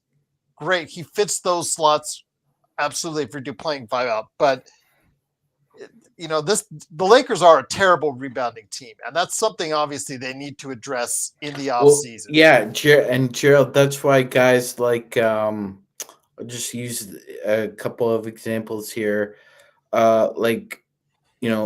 Steve Novak, great 3-point shooter, but not a very good not a very good rebounder for size. You guys talk about Luka Doncic in the comments about defense. That guy, Steve Novak, yeah, that guy's a traffic cone. Yeah, look up traffic cone in Wikipedia. That's probably his picture next to it. But guys like him and guys like Mehmet Okur, you're right, Gerald. Like those 3-point shooters, if they're not proficient rebounders, you're gonna have to live with that. If you're gonna take 3-point shooting and a lack of rebounding. I think Enes Kanter is the worst defensive big man I've seen on an island. John Koncak. Ooh, that's a good one, Joe. It would be like between those two. Like that's really good. That's really good. The only thing, Joe, is another one, by the way. Kanter probably has the most videos that humiliate him. Yes. As far as, that are out there because he's just younger and he's was last in the league compared to those centers. But we do need someone that could really take care of our rebounding, Joe, or someone. I would love Isaiah Stewart because I know Isaiah Stewart would punch LeBron in practice when he's fucking around. Those two get along so well. Yes, that's true. Absolutely. And then also like Draymond Green. It's so funny because I heard, on our playback.tv Lakers Fast Break tonight during the game, Trace Jackson Davis is such a dirty player. Whose team is he on and who does he play next to? Mm-hmm. One of the dirtiest players in the NBA. Mm-hmm. Dirtiest player of maybe this period of basketball, Magic Man? Draymond? Mm-hmm. Yes. Yes. I mean, he fits to me like he's in another era. He could just be one of the guys, like Detroit and Boston and all that, as far as his dirty play is concerned in the 90s, Joe. But Draymond these days, as we saw again tonight, where he has this flailing thing whenever he seems fouled or whatnot, that he just has to go ahead and just like almost like you and I, have whatever we need to do from time to time. He just needs to hit somebody like he did Naz Reid tonight. And whether you say Naz Reid flopped, whatever, he did hit him flush in the face. It's just a point where, you know what, Draymond Green, if he gets another, was it one or two more tees, Magic Man, and he gets one. So if he gets one more tee, he is literally costing his team a suspension, Joe.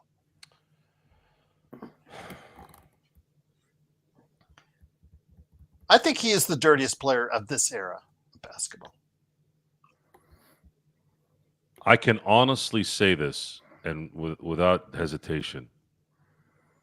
If I was a coach in the NBA, I would secretly have one of my bigs off the bench who isn't that important knock Draymond the fuck out, and I'd pay for his fines and the money that he loses in his suspension. Because I think that's what would stop Draymond. Draymond thinks he's invincible. He needs to get clocked because the embarrassment enough will kill it. That's the only way you stop him.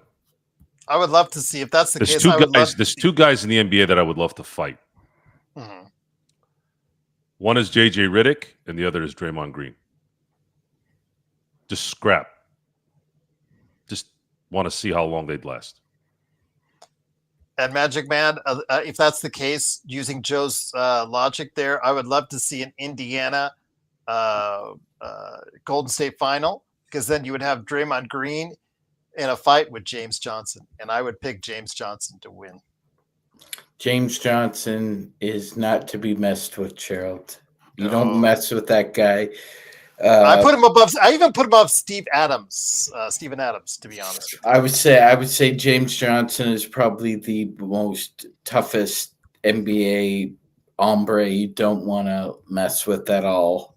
7th-degree black belt, guys. Yeah. That would not go well for Draymond Green.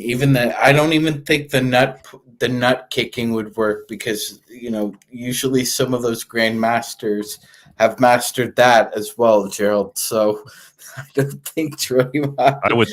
I would pay James Johnson's fines and his salary. What about his lawyer fees? He's probably gonna need a good one after that one. You think he'd be that much of a bitch and sue him? Draymond? Yeah. Really? Yeah. Oh man, that's even worse. Yeah, he would. A street fight and he got really beat up. No, I meant on the court. On the court. The court. Yeah, he would still try to go after him. He would still try to go after him. Yeah, he'd be humiliated. He would. Yeah. He would. Yeah, I have no doubt about that. But by the way, though, Gerald, I don't think there was any more dangerous play than attacking the rim and seeing Dikembe Mutombo's elbow. Ooh, you're right on that. Ooh, that is an elbow. I've seen him. I saw 4 guys break their noses coming in contact with his elbow. So one was Tom Gugliotta, one was Corey Maggette, one was Jason Williams, and one was Ray Allen. And those are only 4, Gerald. I'm pretty sure that there's about 15 names on that list who you broke your nose running into his elbow. And then what's the worst part about Draymond, guys, is the fact that, okay, they're going back tied 1-1 back to their confines of their Golden State Chase Center arena. And Draymond, Joe, is 1 tee away from being suspended, which, again, for a team that's already hurting without, Steph Curry, whatever you think of Draymond as a player, and today he was absolutely awful. especially shooting, which is what you want him to do. But when he's hitting his shots, Joe, and he facilitates that offense, I mean, he does so much for that team, and he is at risk of ruining it all based on his behavior, Joe. Yeah, look, we corrected one. I said earlier, too, it is one. Yes. One he keeps doing it because there's no repercussion. No one is. Oh, there will be. Suspending him isn't going to do anything. He needs to get clocked. See, there's 3 phases to people. Most of the time, you can talk to people. A lot of people you got to yell at, and then once in a while, you've got that guy that needs to get fucked up. And that's Draymond Green. Need to be slapped silly, basically. Like I'm talking ego destroying, punked kind of hit. That's what that guy needs. And it's got to be in front of a crowd because it would kill him. Because he'll get clowned the rest of his career. Do you think if you're coaching, if you're Chris Finch, Sean, that you would actually say, like an Anthony Edwards or maybe a Nas Reed, somebody that he knows would get Draymond riled up? Would you go after that? Gerald, if they had Pekovic, that would be the perfect guy to send after him. Nice. But no, I wouldn't play that game with him. He's trying to get in their heads. Obviously, looked like it's been working so far. We'll see what happens in game 3 or 4. But yeah, I wouldn't take the bait from him. Like Luke, Gerald, one of I know we questioned it a couple of summers ago, but it's obvious now that Coach Udoka and that front office in Houston knew what they were doing because they brought in the right vets for that team. Because you saw throughout that 7-game series that Draymond Green was trying to get into those young guys' heads. And if it wasn't for Steven Adams and Fred VanVleet, I think that series wouldn't have gone 7 games. I think it would have been quick. Do you agree with Draymond's assessment on Brooks, though, that no one in this league cares about him? Or he, as far as 100%. He was derogatory to Brooks. 100%? 100%, yeah. I don't think anybody likes Dylan Brooks outside of his own family. Wow, that's harsh. I mean, his effectiveness really was minimized. He's not a very likable individual, Gerald. That's just kind of the nice way of putting it. He's not a very nice person. And a lot of people aren't. Joe's just correct on that assessment too. A lot of people aren't, but it's how you project that on other people. See, Joe doesn't like other people either, but he owns a business, so he has to project a certain kind of je ne sais quoi about not giving a shit. Luke Walton was asking you, Joe, what if we could get Draymond here in a trade? And I said No. Joe would probably, yeah. He would retire from Lakers Shots Break if we acquire Draymond Green. Joe would not be exactly the happiest camper in the world. He would retire. No, for sure, guaranteed. If I have to hear about another Bronny James situation or a Draymond Green coming, I'm done with Lakers Fast Break. I'm not saying I'm going to stop watching Laker games, but I'm not going to be talking about. I'm not going to be wasting my time with it. That was the only reason why I came back was because Mark and Vari begged me to come back. I had no idea that it was going to be like that because I can't. Because now it's really time wasting. It's wasting my time. And again, Draymond's not coming to LA. Come on. It's got to be. It would have to be one of those things where they sign him for like the minimum or something.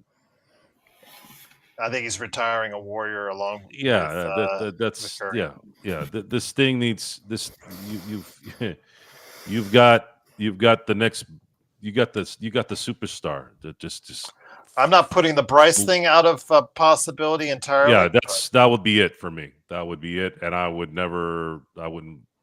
probably would take me out of watching Laker games. I'm tired of LeBron James and everything around them. I'll be honest with you guys. You probably know already you are. know that, but I'm tired of LeBron James. I really am. And he's a very difficult guy to cheer for. He's the most unique player I've ever seen. A guy that talented. There will guy never be that- a more polarizing athlete in our It's time. it's weird because usually when you're polarizing, it's because you're a pain. Like it's something related to basketball that you don't like. Like I didn't dislike Kwame Brown off the court, right? I didn't dislike Smush Parker off the court. I don't really dislike anybody really off the court unless it's like a piece of shit scumbag like a Anthony Edwards or that fuckface in Miami that plays for the Dolphins. I don't even like saying his name, the Cheetah, the fucking piece of shit. They should call him just the piece of shit. These kind of people, they're kind of away from, in a lot of ways, they're away from my teams. But LeBron, he's such a I can't even explain it without going off. He's like a woman, a bad woman. That's what he is. Nothing's his fault. Is an excuse for everything. And I've never been with a bad woman, by the way. This is going off of people that good friends of mine that have been in marriages and getting divorced or gotten divorced. Like because I wouldn't be able to tolerate it. There's no way in a million years I could handle 5 minutes of somebody like that. So it's difficult because it adds to the misery that I have to cheer for him because he's a Laker. But he's so draining. He's a draining person. He drains everything. You can't even enjoy the good parts a lot of times because he always seems to cover it up with the bad. And it's not, again, he's not a bad person off the court to say, oh, well, fuck him. It's the way he conducts himself. I have so many friends that stopped watching Laker basketball as soon as they found out he was coming to LA. So many. They're like, "Oh, you still cheering for LeBron?" That's the dialogue every time I see him. I have friends I haven't seen in a year. Hey, you still cheering for LeBron, huh? I'm like, what the fuck? I just came here to say hello. But I'm tired. I'm just tired of his game. I'm tired of his the whole discussion is so mundane and played out. Oh, he's this. Oh, he's that. Oh, he's the only guy that's played after his 5th year of being alive while he's shooting left-handed. Like, it's like, dude. Well, Joe, if you feel that way, imagine being one of these people's personal assistants, and then just heighten up the amplitude about 100 times. Well, you have as far as the constant, like you and other Laker. And by the way, Gerald, I think Joe speaks for the majority of Laker fans when he says that they feel drained because it's a toxic relationship, Joe. That's what it is. It's always about what LeBron can get. Okay, so Joe's gonna appreciate this. LeBron's about LeBron. We've made that point very clearly. I've never seen anyone, and this is an ego-driven sport, and ego is needed. LeBron does things for LeBron. But LeBron I have no doubt in my soul, if LeBron was on the Titanic, he'd find a way to get on the boat before women and children. That's how much he loves himself. And all this stuff about charity and he does this, he does that. It's all to benefit himself. It's not really like that's the fact that he went when he did the school thing in Ohio, the fact that he put on glasses and started talking like he was some kind of reverend. These are little things that you catch. These are little things. He's the new LeVar Burton, right? Reading Rainbow. Why couldn't you just come out like dressed like you normally do? Why did you have to? Because there's this facade, there's this fakeness about him that's so apparent there. And at the same time, he's made a habit of projecting that. Oh, you're being certain things when he he's actually told Kevin Love to fit in, not fit out. It was like, really. Well, Kevin Love's another douchebag. Yeah, Not well, in a yeah, bad but way. but Joe, but you're proving your own point there. It's this esoteric bullshit. Okay. I know Kobe wasn't the easiest guy to play with, but there was something there that mattered that he did. He showed up and he won.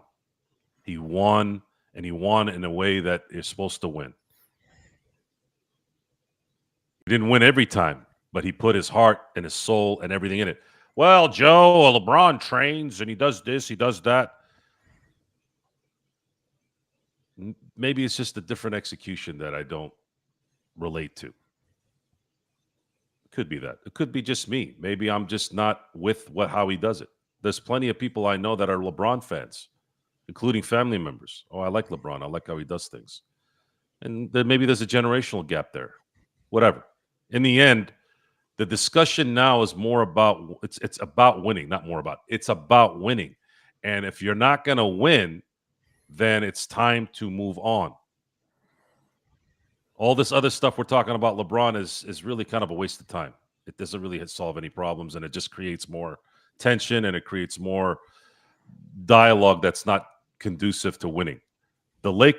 My number one thing in this discussion is I want the next phase to go now. I want it to start now. You can't fully go all the way until he's gone. He's all encompassing. It's too much. You have to go on. And that's really the main subject here. It's nothing else. All the other stuff that I said. So this is essentially what you're saying is this is essentially an Old Yeller situation. Yeah. It's I said Old that. Yeller. Speaking of Old Yeller, so I that's funny you brought that up because a few months back I made a comment on Facebook. I'm on Facebook because I talk to a lot of possible clients, right? Yes. There's a lot of recommendations. People in my network send me out, and I see things, right? So once in a while, I'll get a good post where I will comment on a leisure situation, right? And someone had talked about a dog, and I commented that it may be a time for Old Yeller time. And man, the ferocity that came from that. Holy shit. All the single moms came out of the woodwork, right? All the single moms, all the wine women, all the overweight, not getting any single moms that didn't know how to keep a marriage. All of a sudden, start telling me about who I am. I'm like, man, I didn't go off on them. If the dog was old or sick, and you just I didn't go off on them. Yeah, I just started. I most of it I ignored. I think I made one more comment. I was like, "Look, man, I'm just trying to give you a solution here. Dogs die, people. Yeah, dogs die, and if you can't afford a dog, euphemism or euthanasia whatever they call it, right? Then maybe you should just handle it yourself. Don't you guys like burying things in your backyard? Do it yourself. Save the $2,000. I can't believe you said this. What a disgusting person. Oh my God. I wanted to say, bitch, she just asked, who can I talk to save money for putting down my dog? Mm-hmm. Old Yeller saves you everything. He's right. They've done that for thousands of years, folks. You guys all act like this shit didn't happen before 2000. No, they've been taking dogs out to the back of the barn. Jesus Christ, people, grow the fuck up. Yes, LeBron, it's Old Yeller time. It's Old Yeller time. There's a new sheriff in town.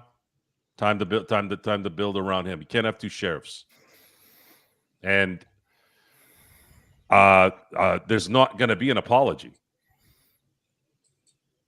And I don't want to keep saying I don't give a shit, because usually I clown on people who say they don't give a shit. Because most of the people who do say that, they actually do. But I really don't.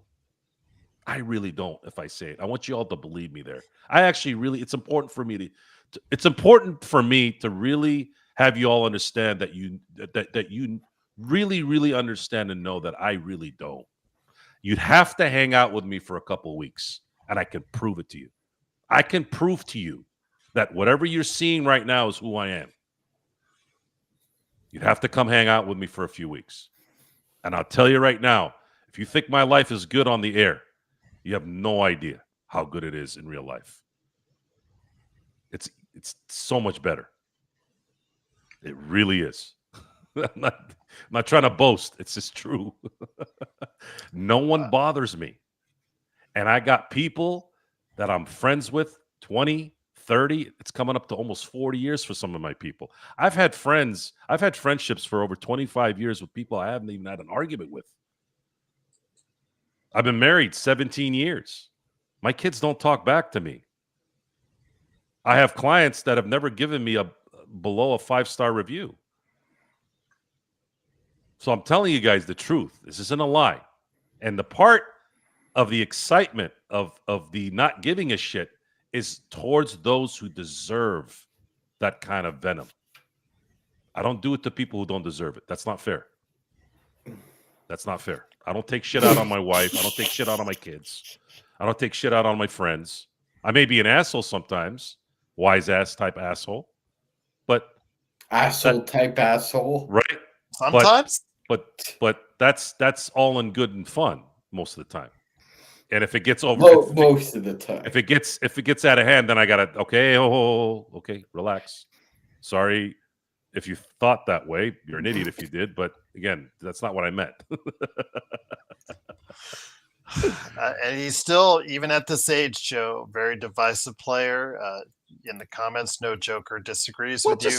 Just the interview he did today. I'm gonna go on a vacation with my family, and then I'll make a decision. I'm like, bitch, you know you're coming back. Shut the fuck up. That's the shit that pisses me off right there. Right there. That's the stuff. And it's always been there. It's never not been there.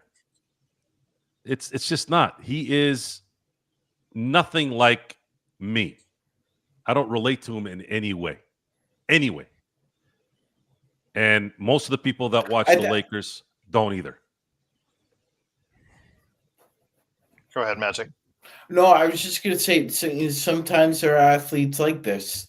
I mean, Aaron Rodgers is another one, Gerald. He just takes the oxygen out of the room as soon as he walks in there. Like, he has to be, not only does, like, there are certain people who are the life of the party but don't have to make themselves the center of attention. Those two guys have to make themselves the center of attention. I actually think that Aaron got bad the last 5 years, whereas LeBron has always been bad in that department. That's a good example. Aaron Rodgers is that guy. But I don't remember him being that guy for the first 15 years of his career. So you're right. That's a good example. LeBron has always been that guy. And it's well, another thing I just have to bring this up is he so obviously there are plants in the media, Gerald, that LeBron uses for cover. And I thought that marshmallow type interview he gave, where the interviewer asked him, so do you read every book that we see you before? And some of the books were upside down, Gerald. Some of he had his finger on like the index of one of the pages, and he said, "Oh yes, I read all of the books. Oh yes, even the one upside down, LeBron." Right. Again, he's just such a mercurial and divisive player. He always has been and always will be. Even in this chat, there's still so many that want to defend him, and Still Well, there are somebody that wants similarities. to- Yeah, you're right, Nick. There are similarities. There is ego behind him. I have a big ego. I'm not disputing that. But I'm not if I'm on a team, there's no way I'm running it the way he does. I just again I have no way of proving that, unfortunately, but you'd have Well, to hang yeah, out with me. actually, we kind of do. I mean, yeah, everyone's got an ego. I'm not a fake. Here, yours I'm is not fake. LeBron is fake. Guys, LeBron is fake, and you cannot deny that. There's a lot of fakeness in him. Just like Sean explained the book thing. Why do you have to go out of your way to show people that you read? What does that prove? That means there's an inferiority complex that's brewing in LeBron. There is a massive inferiority. Look, a grown-ass man that's accomplished what he's accomplished, and he's still got that complex, it's a problem. And he's said some really bad things in terms of just idiocy.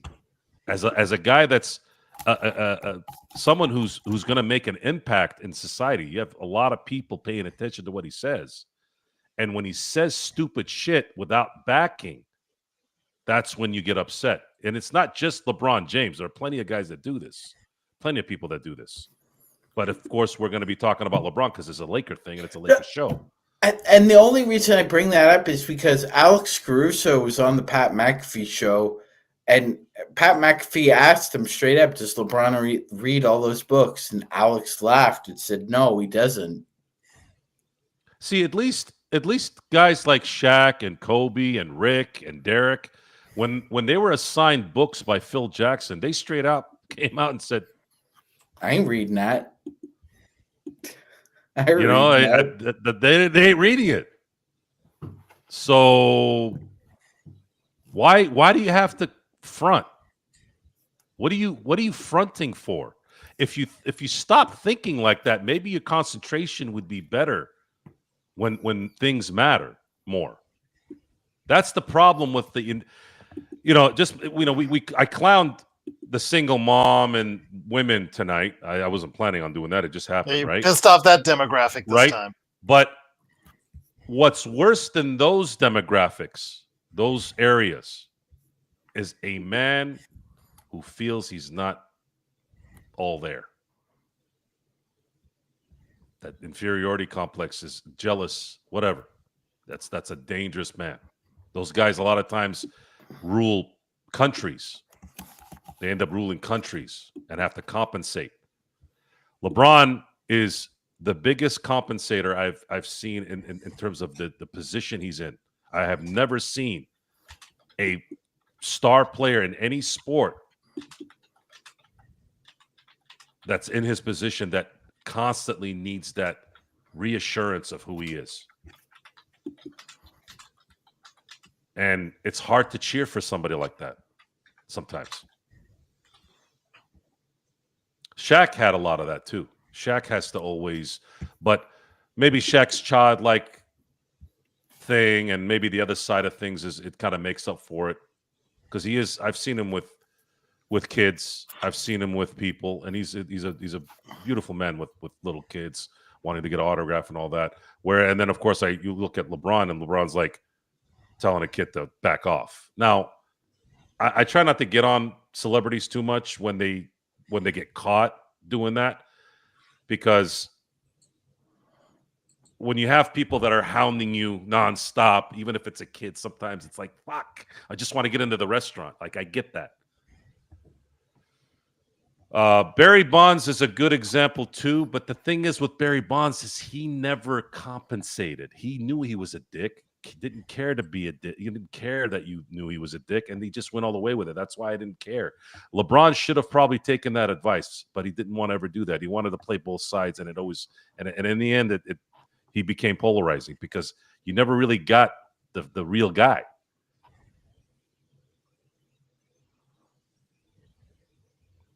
And the Joker, what are you going to do? I can badmouth whoever I want. What are you going to do about it? I'm Batman. I think baby. I'll take you out. I think that was Clippers, who was saying that you don't badmouth Zubats. I didn't. When the hell did I talk about Zubats? The only person that talks about Zubats is you. Because we traded him for Mike Muscala. I'm not going to let the Lakers live that down. Can you at least live it down somewhere else instead of hearing it every day? I run the channel, so no. Mm-hmm. What is that a threat? No, just telling you. You tell me, can I do it somewhere else? I just say no. Oh no! Speaking of guys who own channels, Joe owns his channel. What's coming up at the latest Joe Soro experiment? Well, we'll talk. We'll talk a little bit about. I want to say I was going to do a show probably the midweek, but I didn't get enough material this week, so I'm probably going to wait till this weekend to really get into some good stuff. Okay. So stay tuned. We'll be there soon. Almost at 100 subs. Should probably have it by this weekend, so we'll do celebrating then. But in the meantime, being on the Lakers show and talking Lakers, my first request from Jeannie and Rob: rebuild for Luka, please. And you don't know what that means. Acosta, he's doing his things on his channel. No joker. He just did a preview of what the Lakers could get as far as a center or big man is concerned. You got to go and check it out on Clutch Talk and Lakers Corner. His channel's on YouTube. Oh, and do us a favor too, JJ. Can you please tell, and this goes for Luka as well, Luka, stop fucking talking to the refs every 5 minutes, and please fix this summer. And please tell LeBron to stop flopping. He wasn't flopping as much the first 6 years in the NBA. I don't know what happened this year. Joey, you're not going to change Luka wanting to the refs. He's always going to be wanting to the refs. It's just who he is. You're never going to get him to stop. I said that the day we traded for him. He has certain things that you just have to get used to. Yeah, it's like being with a beautiful woman that farts in her sleep, Joe. You're just gonna have to deal with it.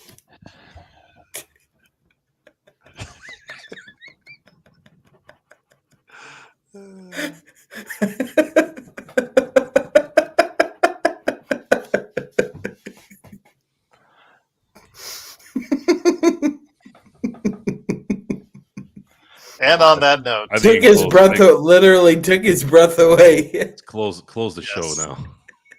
All right, and on that note, the way I wanted to end the show.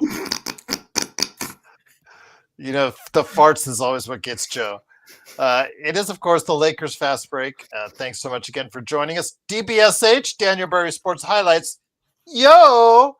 Go ahead and check out his great channel. He does a lot of great 2K streams. Plus, he's got a lot of shorts that you need to check out at the Daniel Berry Sports Highlights channel. I think he's got like over 7,000 subscribers. So, man, great job, my friend. Great job. Wish we were as high on that food chain as you are. But again, maybe if you stop talking about Zubats, we will. Oh, shut up. But again, once again, it is the Lakers Fast Break. It is, of course, Joe. How should I say it? Let's ruin a demographic on each show.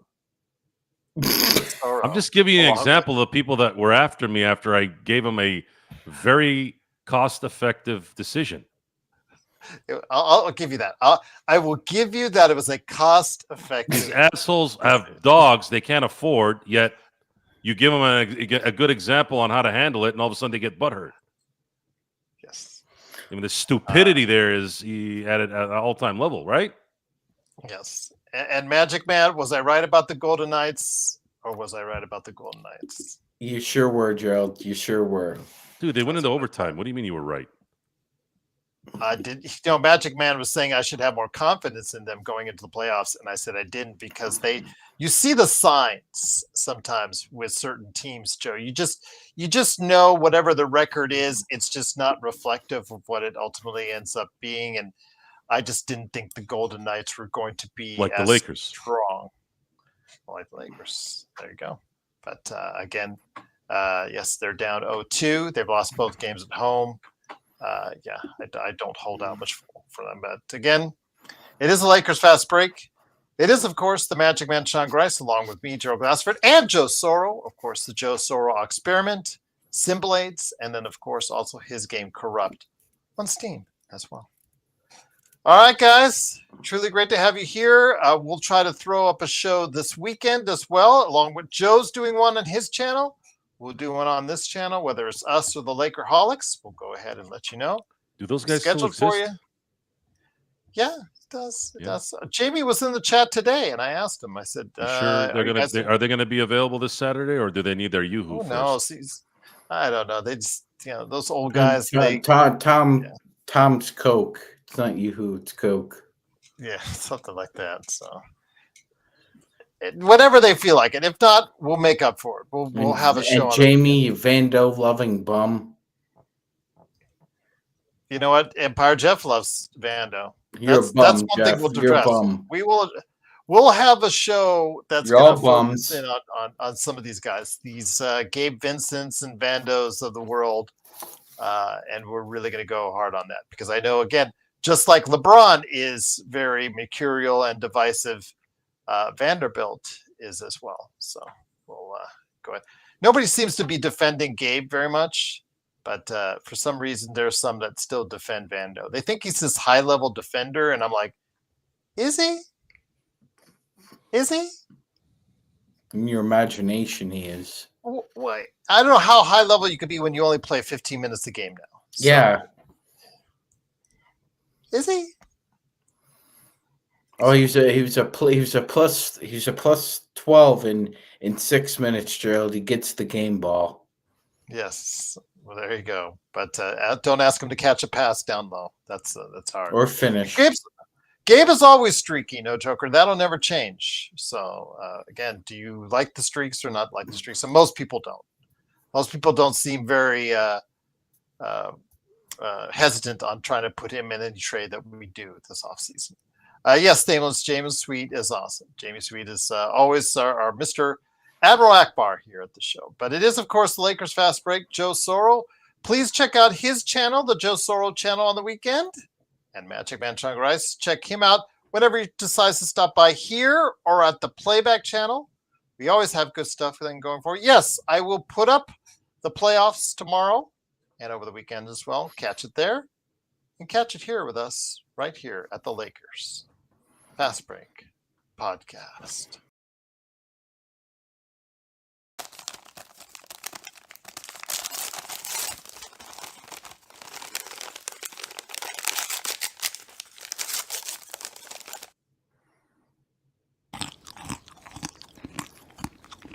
I think we're all waiting to say something. Go ahead. Y'all have your mics on. We're running out of time. I've spoken enough. That's for sure.